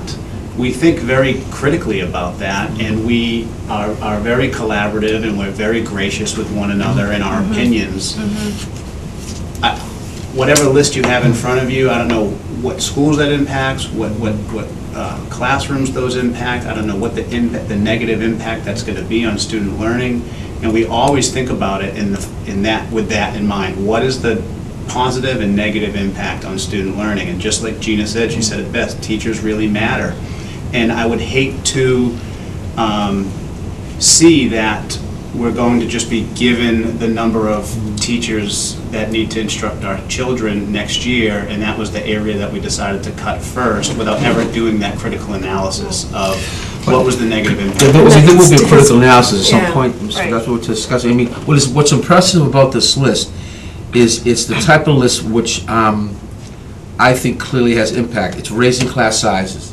Right. It's affecting special education. It's affecting some areas which are very important to us.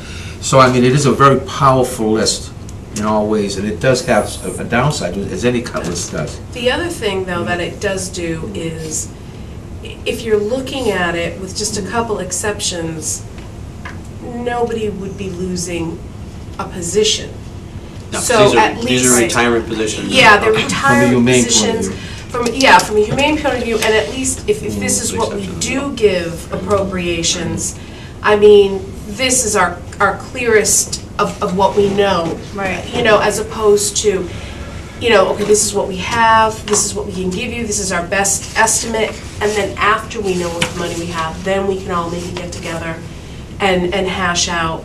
Because I know that, you know, some of us have a different philosophy from the parent side, you guys have from the educator side, and then at that point get together. But the list itself is... Well, the other key point with this is anytime you're talking about any sort of reduction, the flip side of that are the benefits if it is, if it is a RIF. The town would take on additional benefits in the form of unemployment. Right. So we are not, with this list, we are not adding any cost to the town, which is very important to recognize. And that support, maybe let them know too. I mean, that's, right. You know. Well, yeah, but I'm saying. With few exceptions. Yeah. What I'm talking about in general. Right now, what they have, Terry, I'm asking you, I guess, right now what the Appropriations Committee has is for us to reach 1%, we have said it's going to be 5.4 FTEs, is that correct? No. 446,000. I know, but we had to give them how we're going to reduce it. Right. Is that my correct? It's 5.4 FTEs? No, plus the 3. Plus the other Plus the 3. So plus if you look at this list, it's the 5.5 plus the 3. No, what they have now, I mean, what they received from us back in January. Right, but I what think they it was more have like is- 8, wasn't it? Yeah, it was eight, it was very generic. Yeah, that's what I mean, what was it? It was eight positions. I said That's- eight teaching positions. Yeah, that's what they have. Yeah, 8 teaching positions. I see. So now. So they're asking So now for they a want more us more definitive specific. list. They're asking, that doesn't help us much. Yeah, just to give you an idea, what was sent was the level services spreadsheet. Right. Moving toward the 1% increase, and then an overview of what that means. But at that point, it was kept very general in that the 446,000 and change could represent 8 teaching positions. However, in a department where 83% of its operational budget is in salary, it will impact positions.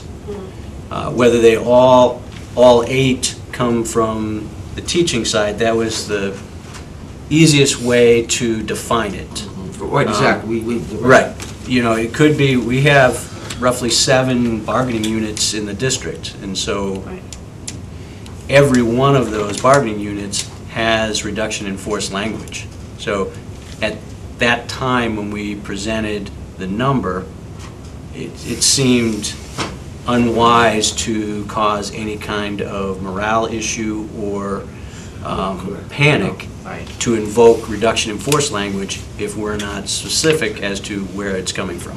What if we did this list, but we just eliminated the schools, the Schools, that's what I specific was schools? thinking too. And, That's what we've already given them, though. but with the numbers though. No, but kind of giving this, but, You know, eliminating that first column. Well, that's exactly what we gave them, though. 8 positions.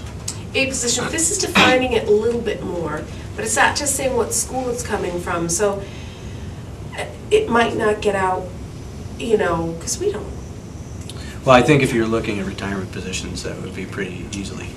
Yeah. I'm not so concerned, What does the appropriations committee gain by having a list? Are they curious or? So if we are asked to meet the 1% parameter, and they're pretty confident that we're going to be near that 1% in the end, so all departments will have to meet that 1%. Then our job is to get to that 1%. If additional funding comes available somewhere, somehow, then it will be their recommendation to the town how to spend that additional funding. If we don't tell them what we would like to reinstate now, There's nothing to recommend. then they will say, well, 8 teachers, that doesn't mean anything to us, so we're going to recommend reinstating this for this department. Or this for the, you know, they can't prioritize. It's not for them to prioritize what's important to the school district. It's for them to prioritize what's important for the town, only for their recommendation. They're only a recommending body. In the end, this committee and this department could go, and I'm not suggesting we do this, but go past appropriations and say, we need this X dollar figure amount for our budget. So we are going past our recommendation. We don't want to do that. We want to work within appropriations. So They wouldn't come back to the school committee and say, we're gonna, some additional funding has come to fruition. We want to know what you advise us to recommend to the town. That wouldn't happen. No. They would just take a list and recommend what they feel like they should recommend. Oh, no, I think it would be, there would be conversations to get us there. So why does your first and second priority take precedence over the DPW's first and second priority, or the town clerk's first or second priority? But without knowing specifics, they can either, you know, throw the money at one department arbitrarily, or across the board, again arbitrarily, without making a real informed decision. We can't allow them to make informed decisions without information. In the statement you made, Mr. Thompson, is very powerful because you just described a whole new way of doing budget. We've never had this type of situation before. We had to give a list this early, and now the Appropriations Committee was going to make decisions for the whole town. We've never had that process before. Well, yeah, and I agree with you. Yeah. You're right. That's why it's It has difficult to changed. move, yes. But I'm okay with the discussion, because if we all are, if we as a town, because we're all one town, start to have the discussion now and can openly say, okay, this 1% parameter is going to do this to our department, and if there's additional funding, we really feel strongly about reinstating this, this, and this, versus reinstating this and this for some other department. The only way to do that is with specifics. without specifics, we can't do that. Right, but the appropriation committee has those specifics and nobody else does, so who makes the decision at that point? The appropriations committee is going to say, we think that the fire department's request is much more important than the 3 teachers at the elementary school. I think yes, initially, but Rich, when we get to town meeting, if you and I and this committee feel differently, then it becomes a different story at that point too. So there's checks and balances to the whole situation. There is, yeah, absolutely. So, but without specifics, they can't have that discussion. In the past, has it always been, when appropriations looks at stuff like, they say they want to keep us at a 2% or a 4%, or they, every year they tell us, is it the same percentage generally for every department across the board that they try, or do they, in the past, as some departments had, we want you to keep it under 4%, but you guys keep it under 3%? It's always been consistent? At least the years that I've been here, they've always been very upfront about asking, what does your level services look like? And they did again. However, this year they said, go from level services to a 1% increase. And they recognized in that opening meeting with all department heads that a 1% increase from level services, regardless of the department, is a reduction. That no one's level services is only going up 1%. So they realize that that's going to be a very big challenge for all the departments. And I think just an important aside from that is when all of the departments have the same percentage, I mean, all of our negotiated contracts are within our budget. Right. Even if we're still involved in negotiations, we include a number there that we have to live with.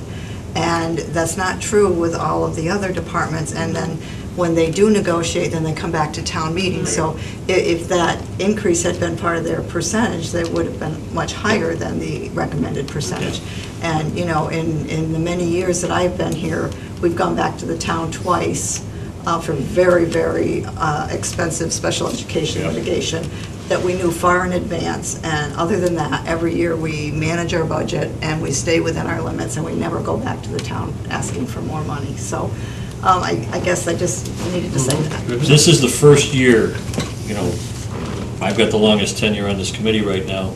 This is the first year that I've ever been involved in something like this whole scenario. It's all new. You could almost see it moving that way to this last year with the discussions that we had.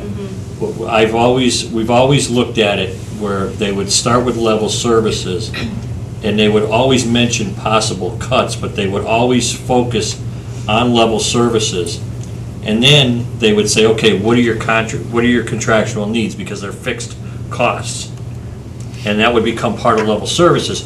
So level services would actually be, as Gordon said, 2.6%. That would be the new level services. You would keep all your existing programs, you'd get your contracts, you'd move on. I've always considered it a step back, but that's my personal opinion. That's never been, nobody else's. But this year is entirely different, where they're saying a 1% increase. They define the increase. They never did define any sort of increase. They said level services plus whatever contracted services that you have, and that was your new level services. This is the first year that I've been involved in something like this, and it's not easy and it's not pleasant. Well, and I think it's important when we talk to them on Thursday is, with all due respect to other departments, we get thrown mandates left and right, and the Common Core is huge. And I don't know if there's other departments of any, that get quite what we get. And that's where it does make it a little bit harder to say, okay, everyone's got to be 1%. Well, at this point, we have things that we are told we have to do, whether we have 1% or 4%. But it's always been like that. It's but always when it been comes like to that. something this big, that's when, we might have to really sit back and say, you got to think about this on our students' behalf. I don't want to speak for them, but I really don't know if it's going to impact any conversation, because if they're holding a line with everybody at 1%, if they make one exception, and the whole plan goes out the window. Right. Okay? The thing is, let's say the number is $500,000 in a general increase, okay?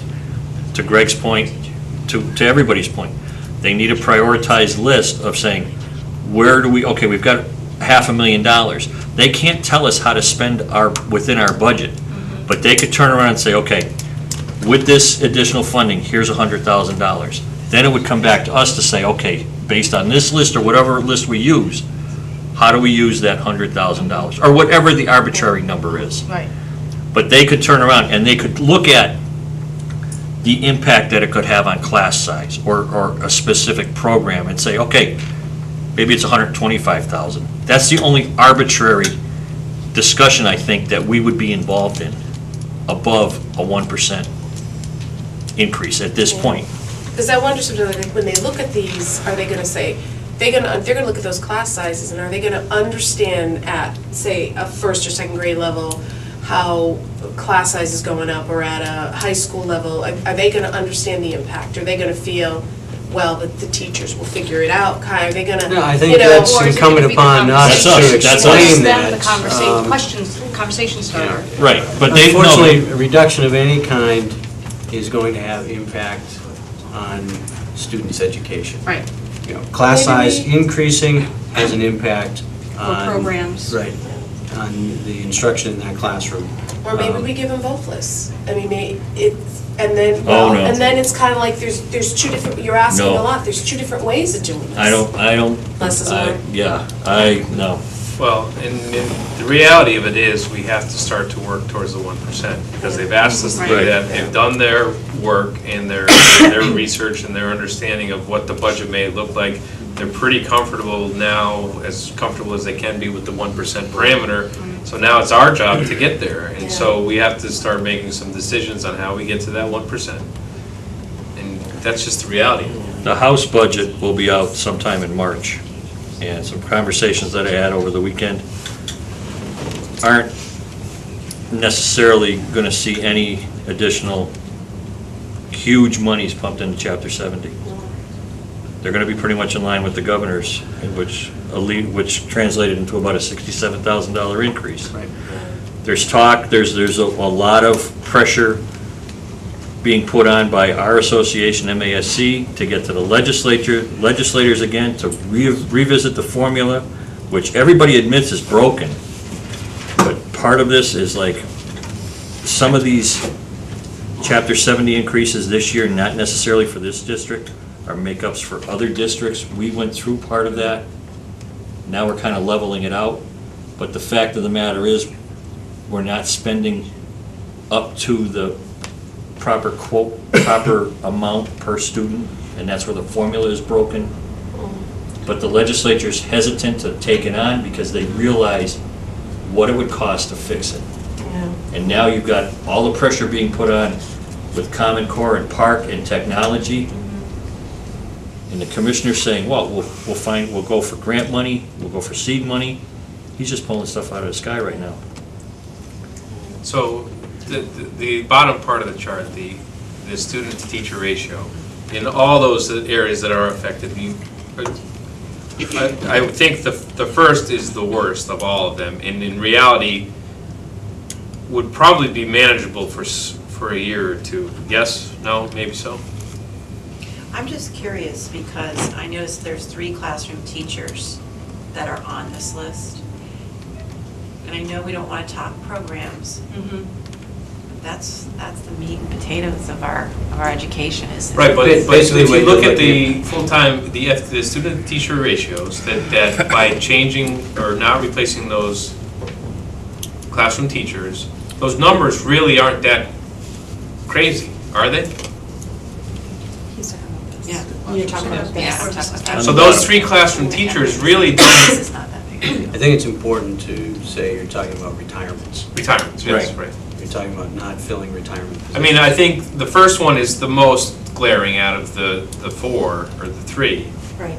And so that would probably be at least my first one to replace sooner than the others, but none of them are outrageous, I would say. Is that a fair statement?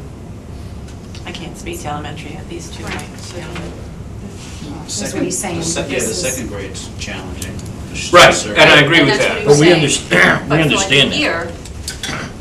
The challenge, and I think all the intentions are certainly well-meaning and well-stated, The unfortunate thing in education, and probably in other departments, but my professional experience is in education, when you reduce, it takes quite a number of years to ever build back. Yeah, it does.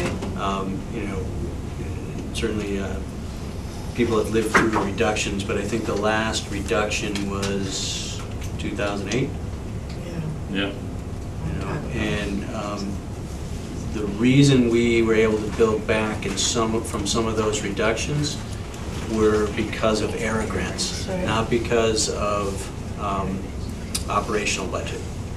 Then I guess part of our, with the other list you thought was entire programs being eliminated will never come back.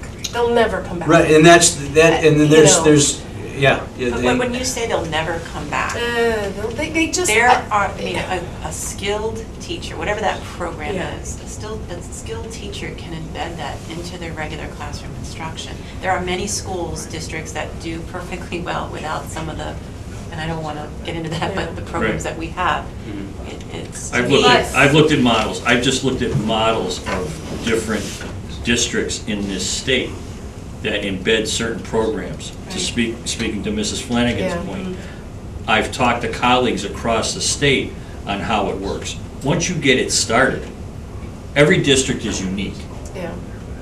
But you play to teachers' strengths in doing this. It's differentiated instruction. It's building that capacity to have teachers personalize instruction within their classroom. Right. And that's something we're working on. Yeah. So I mean, it can work without that model that sits there. Yeah, Up and well, up it being there. that if appropriations isn't telling us ultimately what we cut, then we all sit down and we talk. But I almost think that this is maybe a better model than the other one to give to them, maybe redacting a little bit of the information, just so that it stays a little, I know that everybody knows who's retiring, but I'm just saying, just in general, I would say that would be the model I'd want to send to them more than the other. Well, I think what we emphasize is the impact that'll have on the students, and that's where we talk about class size. Right. And then you can go forward and say, if you lose something, how do you ever really get it back? All right, and then. So Thomas, I'm going to take a leap here. I'd like to move a question with your permission. May I Sure. move? Okay. Yeah, please. I think we have to first decide, do we as a school committee want to send a detailed list to the appropriations committee for Thursday? I feel that has to be our first vote. Do we, and I guess the motion would be, does this committee vote to send a detailed list to the appropriations committee for our February 27, 2014 meeting? That's the motion. Okay, motion I'll made, second it. seconded, discussion. Part of me would like to say, no, we don't, only because I don't know if they understand the impact, but then I also feel that they've never requested this before, and maybe they're just trying to understand, you know. They've never requested it before, but they're still looking at numbers. They're numbers crunchers. It's our job to educate them. They're numbers crunchers. So just back to the leadership team, because I know you're concerned and I appreciate that concern. But if we just look at the list again, if you look at the very top of the chart, 1 and 2, we should probably do responsibly anyway. The first two up there, based on the class sizes down below, right? Can we kind of agree to that? I mean, that would just be responsible. Otherwise, we have low class student to teacher ratios. So if we look at that, those are relatively simple discussions. The fourth one was on the other list already, right? So that one's kind of an agreement. We agree on anyway. I would say we The agree, 0.5 but was. Oh, okay. Discussion. But yes, it was on the other list. And then the other possibles were all on the list, right? Yes. So really, the only thing we've changed is the youngest group and the last two on the top part, right? Those are really the only 3 that we've added that have changed things. Well, I shouldn't say that. We changed also the first 2 classroom teachers, but it actually kind of makes sense that we did that. Now, should we? The first 3 classroom teachers and then the last reading specialist. Right, those are, yes, we've changed those, I agree, but I mean, the first 2 classroom teachers, we can almost all now agree that that just kind of makes sense to do. Greg, one, Based on class size. Yeah. We should probably do that anyway. Your motion right now, though, is to I know. whether you should have a specified. I know, I'm just trying to see if we can get to some better list, a comfortable list. But I would say the final 2 positions there are positions that there was some real hesitance. And I get that. In terms of the discussion on them, because all I had was the opportunity in the afternoon was to talk with It's each all principal. last minute stuff. And I know Yeah. Tim's not here, but he was very passionate about those too. Right. And Right. I think Right. you talk about kids and parents, that would be a tough one for some parents to swallow. However, we have to get to 1% somehow. And I also just want to point out that under the other possible cuts, the $35,000 item would really be very difficult. You know what's making it hard, Greg? I'm just going to speak to you like I Michael. know. Yeah. You know, I know I'm being recorded and whatnot, but like we're being stubborn, and I'll tell you why. Because we sat in a room and we had a really great process put in place on things that we felt would not completely impact what we had going on in our schools.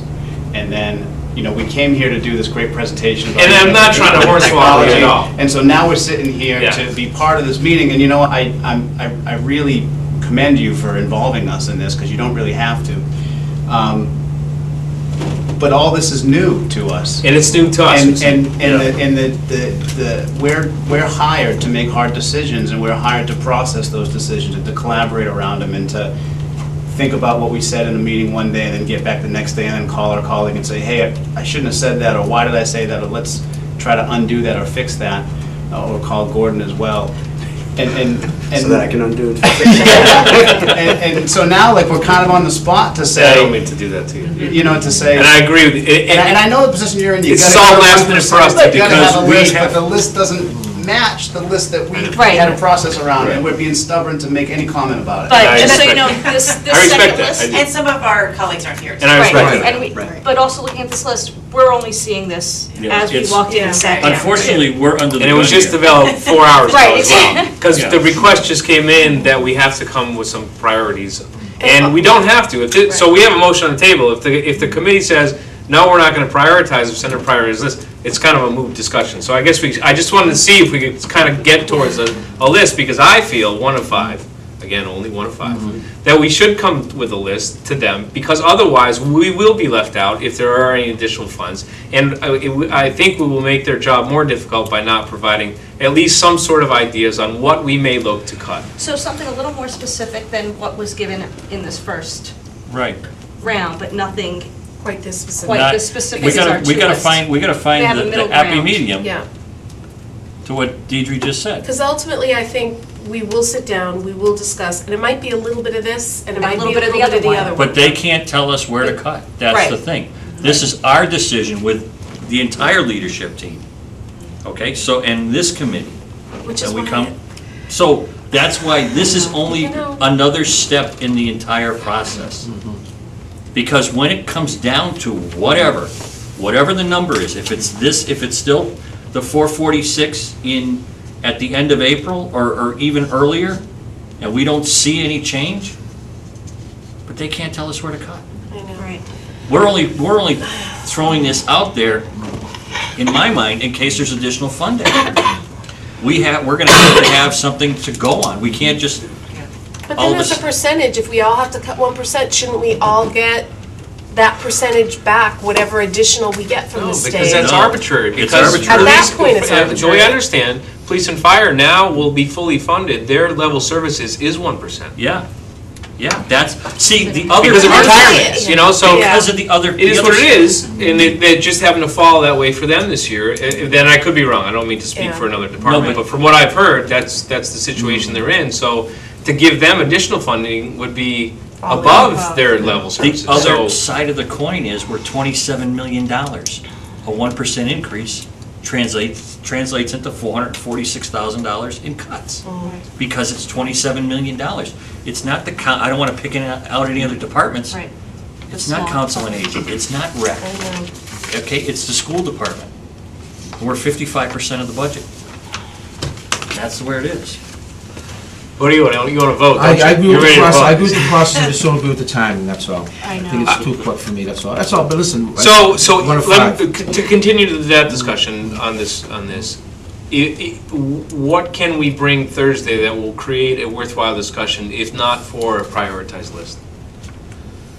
I think it's gonna be a worthwhile discussion, but it might, if we don't come with a list, which I understand, that's what I'm recommending, I think it's gonna be a very difficult discussion. I think they're gonna feel like we're not following their guidelines. And we are, I just don't think we're there yet. That's all, that's all We're I'm saying. definitely not there yet. And I- We're not, but that's where you have to find a happy medium, I think. I agree with you. And okay, so I mean, I think the first thing is to vote on, do we want to give a detailed list? If the vote is in the majority, then all five of us are very good at working together to come up with that detailed list. As long as they understand, there's a big draft punched on it, that it's a draft, it's of this date, and this list most likely will change. I'll go back to what I said. They cannot tell us where to cut. It's just Yeah, a number. but there's something other, that list is gonna be used for something other than the cuts. I understand that, Bill, but this list is for something else, which I don't understand right now. We just make it, like you said, this is a draft. We're not there yet. Right. Just like they're not there. Right. We're not there either. They cannot realistically expect us, with very short notice, to come to them with, this is how we're gonna do it. Well, in their mind, I think they felt they told us back in January to come up with something. Well, in their mind. I Fairness to them. I agree with that. It is, but it still just doesn't make, I understand what you're saying, it's like, why do they need it? I just. I still think it's because of if additional funding becomes available.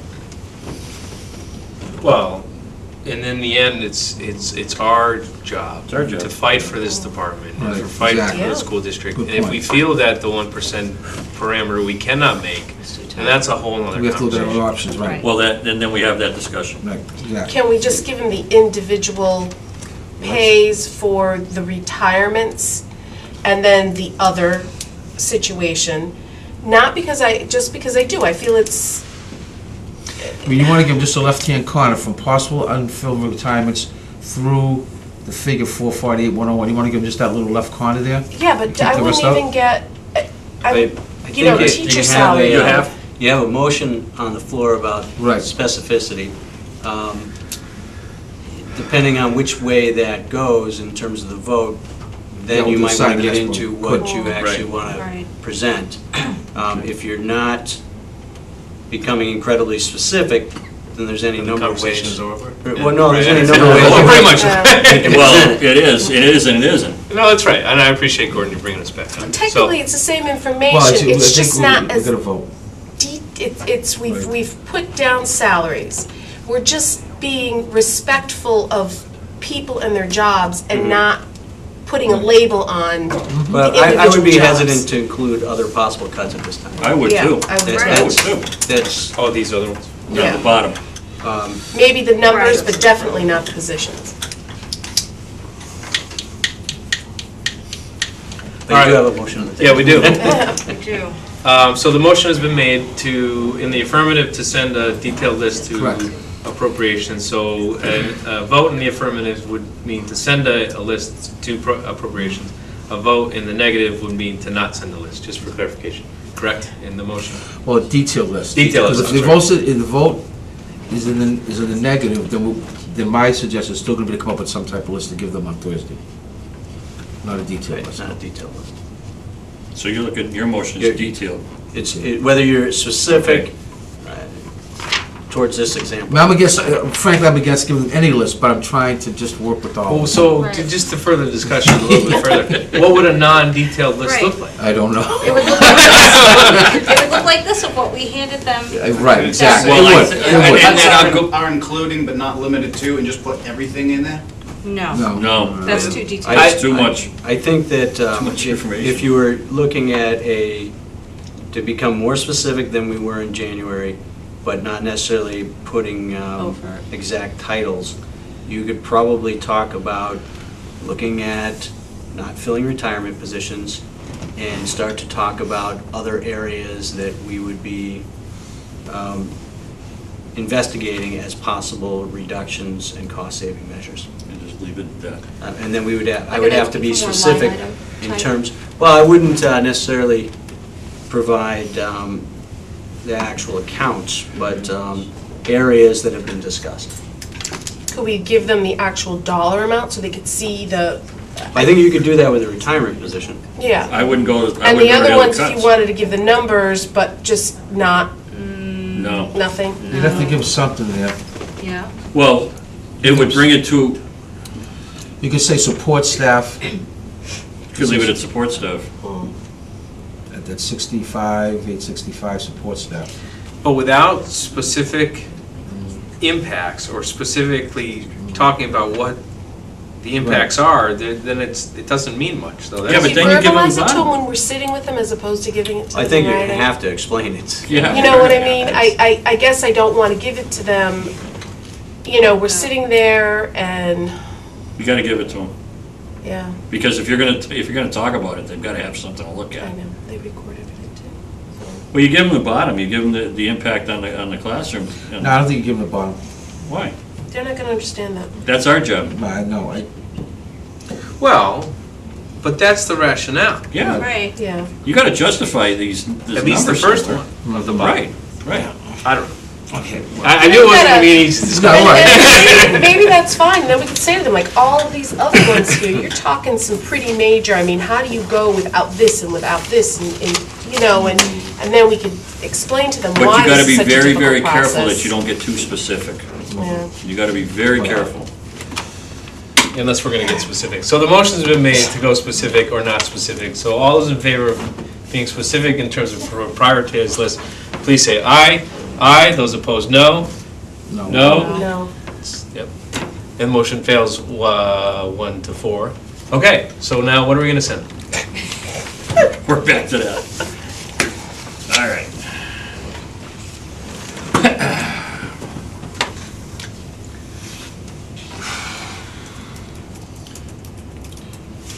I think, I like what Gordon yeah, had suggested I think I can before. outline, basically what was provided to them was a very general, I think you have the memo right there, a very general overview of what $446,000 in reductions could mean. That it was, if you're just defining it in terms of staff, and specifically staff that people would immediately relate to, it's 8 teachers, based on an average salary. I think that certainly can be broadened without going into specific positions. You could also couple that with some of the retirement positions in that that's an area that we certainly would investigate in great detail. And it is certainly something that the leadership team has discussed quite extensively, but we certainly can continue to discuss that. That would be the start. I think your Yeah. discussion and the questions that you receive then on Thursday will be very specific and will be numerous and hard-hitting. They're not gonna let up softballs, that's for sure. Right. I mean, you don't think you could say elementary staff 3.5 reduction, 6 through 12, 2.0 reduction, support services, and along, as Beth said, along keeping with the totals there, have the total support service for the totals and the LPVC credit. You don't think that would be detailed? I think we're doing the damage without the impact of the specifics. What do you mean? So we're giving out all what we would probably maybe do, but we're not gonna give any details in terms of what the impact would be. I think the key is the impact. I think, I agree. I think the impact we can verbalize in the meeting. That's why I said that we gotta give them the bottom. They have to see what these, if you give them 3.0 FTE at the elementary level, they've gotta see at the bottom what it does. And maybe And that's then we good, explain it. because they'll see, all right, you know, we understand that maybe we could do a little work in these here. But then let's take a really good look at the impact that this school's gonna have. If you lose 2 teachers in one subject area, you can't even function, right? But That's not on the cut list, though. Those are just other, that's other Those are other possibilities. retirements, yeah. Oh, other We're retirements. keeping it just like this. No, you're on the left, so So- we're on the right. Sorry. Yeah.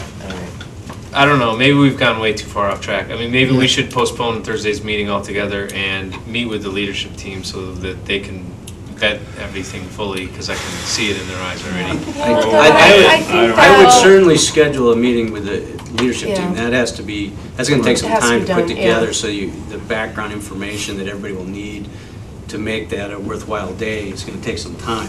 All right, so why don't we just go with this piece of paper and the other piece of paper that we received, was that, no, we never received it. But some ideas from the leadership team. These are potential ideas that have come across folks' thought Big draft. from here to there, I mean, I think and you can certainly that's all be we know. specific verbally Yeah. with. If you tell us that we have to on the meet, list. right, if we have to meet 1%, we're gonna have to have a few more hard discussions collectively, and we'll get there because we need Yeah. to. Right. Because if you think about it, you have these retirements and some of these teachers have been here a long time, new hires will be less. You hope. Yeah. You hope. I don't know if I get. Well, so the numbers are not the. Won't get to 480,000. Beth, the numbers are not the existing current salaries, those are the replacement salary numbers. Oh, they are the replacement salaries, Those are, okay. yes. Estimated, obviously, because we It's don't an know. estimated, yeah. It gives some slack, Okay, but they're not the full. okay. Yeah. And Then you just, know what, I do think that. though, from that list we did get from the leadership team, we really haven't had a lot of time between then and now, because we had our vacation week, the snowstorms. Yeah. Well, we'd have to see it again, I mean, we just keep. Right, it's, Gotta sit here and analyze it, but I also think we need to hear where they're coming from. Yeah. And then. That's fair enough. And then go back, and then we'll schedule something with the leadership team and Okay. get into some more specifics. We'll do that. and that's not our Before only. you leave, though, this agenda item. Can we please? What would you like me to prepare to send to them? Because I think they're expecting something prior to Thursday. We'll work on, you wanna work on that tomorrow? Tomorrow, I'm, Or Thursday, or I had an Thursday. adjustment to my schedule due to family illness in the Anier household. So I'm heading to a park training. Wednesday? Uh, We'll just try, we'll figure it out, I can draft it if you want. Well, I mean, I think we'll be able to draft it. I just, Okay. I Well, know my schedule changed. So without specifics, I guess we talk about different potentials and what we're exploring and what the impacts of those. Do you want to be specific in terms of all of the things we're looking at, all the things that are on the table? I mean, we have over $1 million worth of options, I guess, on the table now. Do you want to lay those all out there? My worry with that is, though, we give a pick and choose kind of Yeah. a la carte menu, which I don't really want to do. Less is more at this You point. keep saying that. Yes. Yeah, that's why. But we need to give something. If you want to take a couple of items off that other list, but I wouldn't give them the whole list. As opposed to all positions, possible programs, or other areas. Give them a generic. Is that enough? Yeah, I think we can, I think we can draft specifically that we are looking at retirement positions that, if left unfilled, would not impact drastically the core academic. That's been our guiding question all the way through. How do we keep the core instruction intact as we look to hopefully reduce to the 446,000? I think it would be important probably to list some of the other areas that have been involved in discussion, but indicate that at the moment it is a draft, and then reiterate the fact that we certainly do want to discuss it with them, but again, at this time, the specifics or specificity of that list would almost immediately cause us to have to invoke reduction in force language. If we get specific and we say this is going to be the position, we're probably sending out more than just that one position in terms of notices that there's a possible reduction in force. Not probably, we will be. Why? Because you're going to have bumping in Right. most of Seniority. the bargaining units. there's specific language in all Well, of them. not in this one. Not in If this you scenario. just, yeah, if you just stay, Oh, You stay in you're talking that- about the no. other- yeah, okay, as soon as you yeah. get by retirement Yeah. positions, I you have got you. bumping. I got you. And so seniority is going to, and that's something that the leadership team spent a lot of time in its discussion, knowing that you can't look at this, you should never look at it as the person. You have to look at it more the position or the program, but also realize when you're trying to get an idea of how much money you've reduced with each possible decision, that it's never the top. It's always going to be that last hired, which is the low. Right. So it just, Right. yeah, so that was part of that original memo, was that to become specific in January puts us in a position where then we have to start that process. In March, we will have to start that process, because we will have to start alerting bargaining units. Well, March would be the appropriate time to have that meeting with the leadership team Yeah. Right. and the school committee. Right. Right. You know, I mean, because I think we do have to do that exercise. Right. Yeah. As Mr. Thompson said, if we decide that the 1% we can't live with, then we start to look at other options. But I think we Right. still have to have some type of formal list for ourselves. Right. And even prioritize that, because if Oh, by some exactly. Well, yeah, miracle no, you get you one and a do, half, because- then Right. you're gonna wanna prioritize what's the, Well, I mean, then the You know. conversation of all the options goes on the table too. I mean, I would think that, Mr. Smith, if you, personnel, I would put down, possible 3.5 reduction in personnel at the elementary school at 6 through 12 to 2.0. Support services at all 5 buildings. And maybe look at the other list and maybe add some things from that that are innocuous. Yeah. A very weird term to use, but there was certain, I'm trying to think of something on the list that I could mention. that's the one that I sent over my dead body? No. That was the list. Well, I mean, we've openly talked about athletics. I mean, that is a program that has to be So looked at. there's more clearly. program. Right. Yeah. The program, The other that athletics list. program that we said would have to be looked at. I mean, I think if you're going to protect core instruction, you have to look at your yeah. outermost Yeah, you layers co-curricular first. There's activities, nothing, yes. there's nothing good in reducing programs. No. It impacts the overall Eliminating. education. Yeah, but I However- know, like even so, some didn't agree with like a fee increase, maybe a small fee increase might be the way to go for something. You're not getting rid of a program. Right, exactly. But you're, you know, Mhm. I mean, one time I went to this, I don't know. Yeah. one time I went to this leadership team, this is years and years ago, said, well, if that's what the town's gonna say, we're gonna cut our maintenance budget in half. When the roof starts to leak and the desks start to break, Our maintenance budget's with DPW though. Yeah. oh, that's right. And I think they did cut it. So I have to hand them an immense amount of compliments, because I don't know they that do. that budget's increased. Yeah. for No, I next 2 know. years. And they've kept us going. All right, you got printers? So when we meet at 6:30 on Thursday, you'll have a document for us? Yes, Terry and I will talk after the meeting as to how we start to draft this. can we maybe get it like earlier in the day? Or would it come in, like Yeah. to study? I think I have to send something on unless you want me to ask for an extension to at least Wednesday. I'd Yeah, send something right. by the Yeah, end of the day please. tomorrow. Oh, I would extend, I would definitely ask for something. I mean, is there any chance, Mr. Thompson, you can take a quick look at that before it goes out? Yeah. Yeah, absolutely.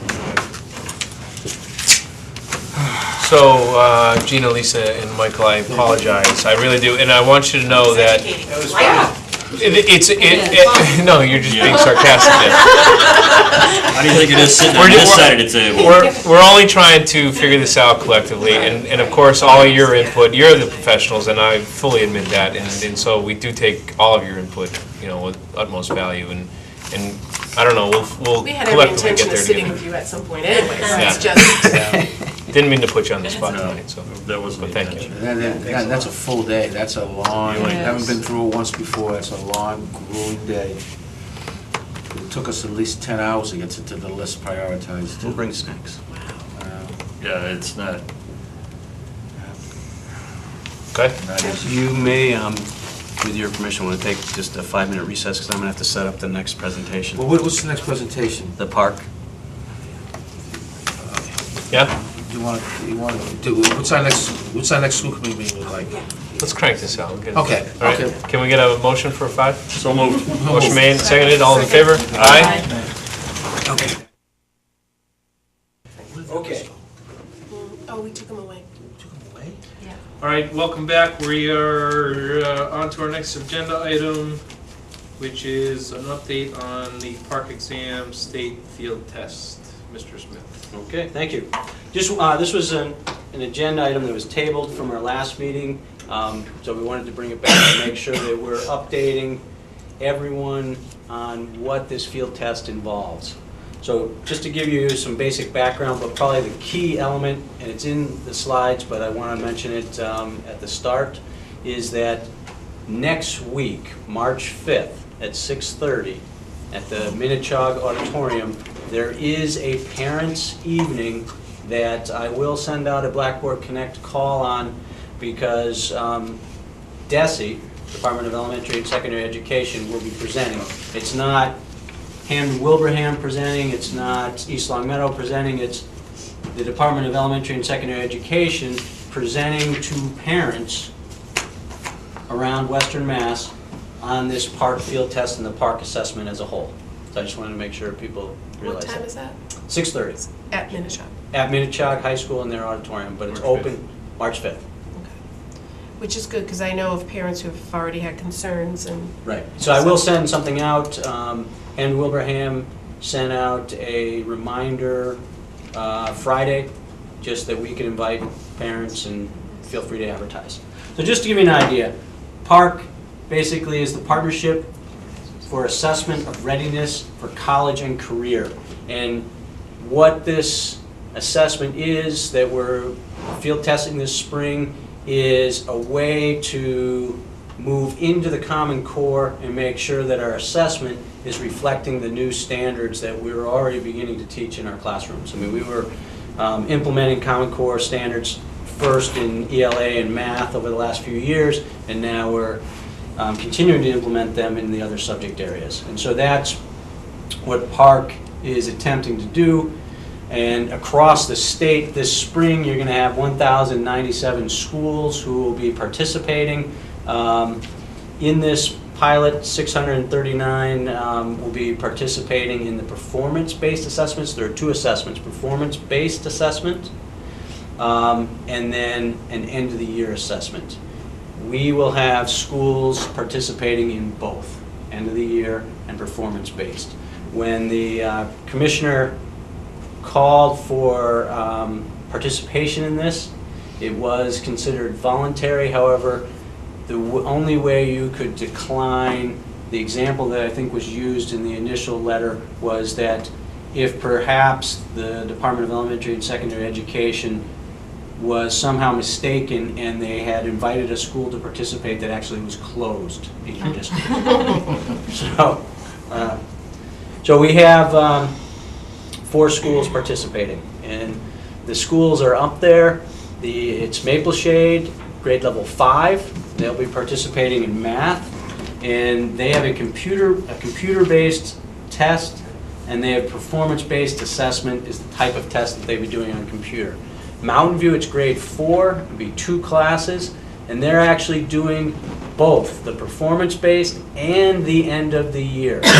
And they will have a portion of it be on the computer. So it's checking your technology as well. Tomorrow, Mr. Quimby and I will be going to a training on the PARC assessment, the technology that's needed, and how we set all these testing classrooms up. Right. Birchland Park, it's grade 6 only. Again, 2 classes, and they are taking a paper and pencil test. That's what PPT stands for. And it's a performance-based assessment. And you get all the way over on the right, it's a number of sessions. Birchland Park 7th graders will be taking math. And then at the high school, they do the alternate years so that they're not testing your 10th graders, which take the majority of the MCAS. So they're looking at 9th, and they're looking at 11th, and that's a computer-based test. Both 9th grade end of the year assessment and 11th grade will be taking the performance-based assessment. The area in yellow are the grade levels, because they're taking the performance-based assessment, that could exempt from that one area of the MCAS. And so we did, and you'll see why in a moment, take that exemption. So as parents of students in those areas, we received a letter that there was potential for our students to be part of, or take part in the park exam and then have that exemption. Right. Are we going to know as parents specifically that our individual students fall into that category? We will, yes. We actually, this week, we will be discussing how it's a random selection of classes that the Department of Elementary and Secondary Education set up, that they actually have what they call a random selector. And you have to go online and put your number of classes for that specific, say, grade level 5, how many classes you have, you put your number in and you go through the random process, and then you submit what classes would actually be selected to take this exam. And once you submit that, we'll be sending on letters to the parents of those classes. Okay. Yep, thank you. So, the areas in yellow, those are the ones that would have the one possible exemption. This basically says it another way, that only performance-based assessment would be allowed to be exempted from the MCAS in that one subject area. Let me put all the testing in here for a moment. As you look at that, Yes. the reason we looked at the exemptions was because as you look at March, April, May, and June, starting the left, going down to April, then up to May, and down to June, all the assessments that are going on in the district are up there in the graph. And so as we started to look at this, and we said, well, we are allowed to have those specific classes that are taking the performance-based assessment exempt out of that one MCAS subject. They still would take the other MCAS subjects that all their classmates take. And we looked at how many testing windows we'd be putting our students through, starting in early March, where you have the MCAS high school retest, that's in orange, and then in yellow, you start to pick up our common assessment, the open response, grades 3 through 5 take the math open response. Then the MCAS retest picks up, or stays in that same window, it's a 2-week window. And then March 17th, this also is the start of our spring sports, we pick up MCAS ELA. That window opens for high school and other grade levels on down that are taking the MCAS. During that same time frame, we would be conducting our open response for grades 6 through 8 in math, and the park field test begins in that last week in March, and your window goes for 3 weeks. So we'll have to work our students through the ELA portion anyway in those first 3 weeks where you see red. Then as you move into April, we pick up our own open response in ELA, grades 3 through 5. We have the April vacation in there. Towards the bottom, it's not, you can't see it as well on your screen, but late April, 28th, you have STAR testing picking up for grades 3 through 5, and we have more open response for different grade spans starting in late April. So these are assessments that we've been doing as a district for now almost 3 full years. In some cases, this is the second full year, say with certain open response. But these are our common assessments that we're developing in district and are becoming what the state will eventually mandate all districts to have, our district determined measures. Ultimately, we need to develop assessments internally that show how students are making growth against the standards, and also that will become part of the evaluation system. That's a year or 2 away, but that's where the district determined measures is going. We developed the idea of common assessments 2 or 3 years ago because that's good practice, to make sure that you have an assessment that all students taking that subject are going through, and you actually can start to see what type of growth and measurement. And it also gives you, I think earlier in our presentations we were talking about diagnostics, it gives you an idea of how your curriculum's doing. Joe? I just wanted to give you an idea of what the calendar looks like in terms of assessment and why we took the exemptions that we did. That makes sense. Sure does. Just to give you an idea of, in words, what people are doing. All your high school students will take PARCC and all required MCAS exams. You saw that in the chart. 9th graders take the STAR, Math, and ELA 2 times.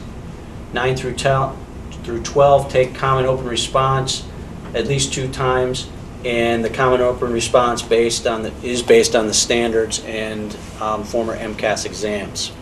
All middle school students in East Long Meadow Public Schools will take the STAR assessment 3 times a year, the Common Open Response in Math and ELA at least 3 times, and grades 6 through 8 will take all MCAS exams with the exception of those 4 6th grade classes that may be exempt because they're taking the performance-based. At the lower grades, all students K through 5 currently are taking the benchmark assessment, which is the reading assessment, 3 times a year. Students in grades 2 through 5 take STAR, Math, and ELA 3 times a year. Grades 3 through 5 are taking the Common Open Response, which will become those district determined measures that we've been talking about in Math and ELA 3 times. All students in grades 3 through 5 will continue to take the MCAS as they have in past years. 2 classes in grade 4 at Mountain View will be exempt in 1 subject test, that's the ELA test, and 2 classes in 5th grade at Maple Shade will be exempt in that 1 subject test, that's the math test. What does that mean in terms of accountability? Well, the state actually, I think, did a pretty good job on this in that they will calculate accountability 2 ways before they actually send out the accountability data in late August, early September. They will calculate the accountability for our schools based on all of the grades that are tested in MCAS first, even though you have 2 classes who may have been exempt in certain subject areas, and then they will take the accountability data taking those grade levels out. And they will give the school system the accountability score that is the better of the 2. So that actually was good for us. Helps them because we're obviously in their PARCC field tests. So that was something that I believe came through the lobbying of Mass Association of School Superintendents and probably Mass Teachers Association. Both groups lobbied to say, listen, the field tests we get, but accountability data, then you need to make sure that you're doing it in a way that's not going to penalize schools. So, this is where I started the presentation. Dr. Robert Bickerton from Mass Department of Elementary and Secondary Education will present information on PARCC assessment for anyone interested in the Western Mass area. So that's parents, students, school committee members, staff, etc. The presentation is sponsored by the Hampden-Wilbraham Regional School District, and it's on Wednesday, March 5th at Minnechaug High School, 6:30 p.m. Questions? Yeah. My question is relates to the students. Have they been made aware of this? They right now the teachers in the grade levels have first been made aware that they could be selected, and the training's a little bit later than we had hoped, but after the training that we have tomorrow, we'll start doing staff training. Thursday, when we discuss with the leadership team where are we in this whole process, we'll also develop a plan of not only notifying parents, but also making sure teachers are very aware of training they're going to receive and when they're going to receive it. Right. Because similar to MCAS administration, you have to go through the manual and you have to adhere to all their processes and make sure that you're doing everything according to their administration manual, Right. and make sure that we have the accommodations that students may need in place. Exactly. Yep. Yeah, 'cause it seems like a lot of testing going on, especially in May. Yeah, it does. Yeah, I there's respect- a good deal of testing. I respect why you opted out, but myself personally, I think there's far too much testing and you guys have to do what you have to do. But as far as I'm concerned with the PARCC exam, they're using our kids as guinea pigs and that. I would hope that next year if we have to do this again, and that if the PARCC is not going to be the end-all be-all, that we discuss whether or not the importance of these kids not missing the MCAS, so that they're just learning how to take it. And I hate to say that they're learning how to take a test, but to make it be comfortable for them as they move up in the grades for high school. Right. It's just, that was my concern. And it's an opting excellent out. point. My thought is that if the State Board of Education were to choose down the road not to go towards Park, Yeah. then you're going to see MCAS become very similar to Park.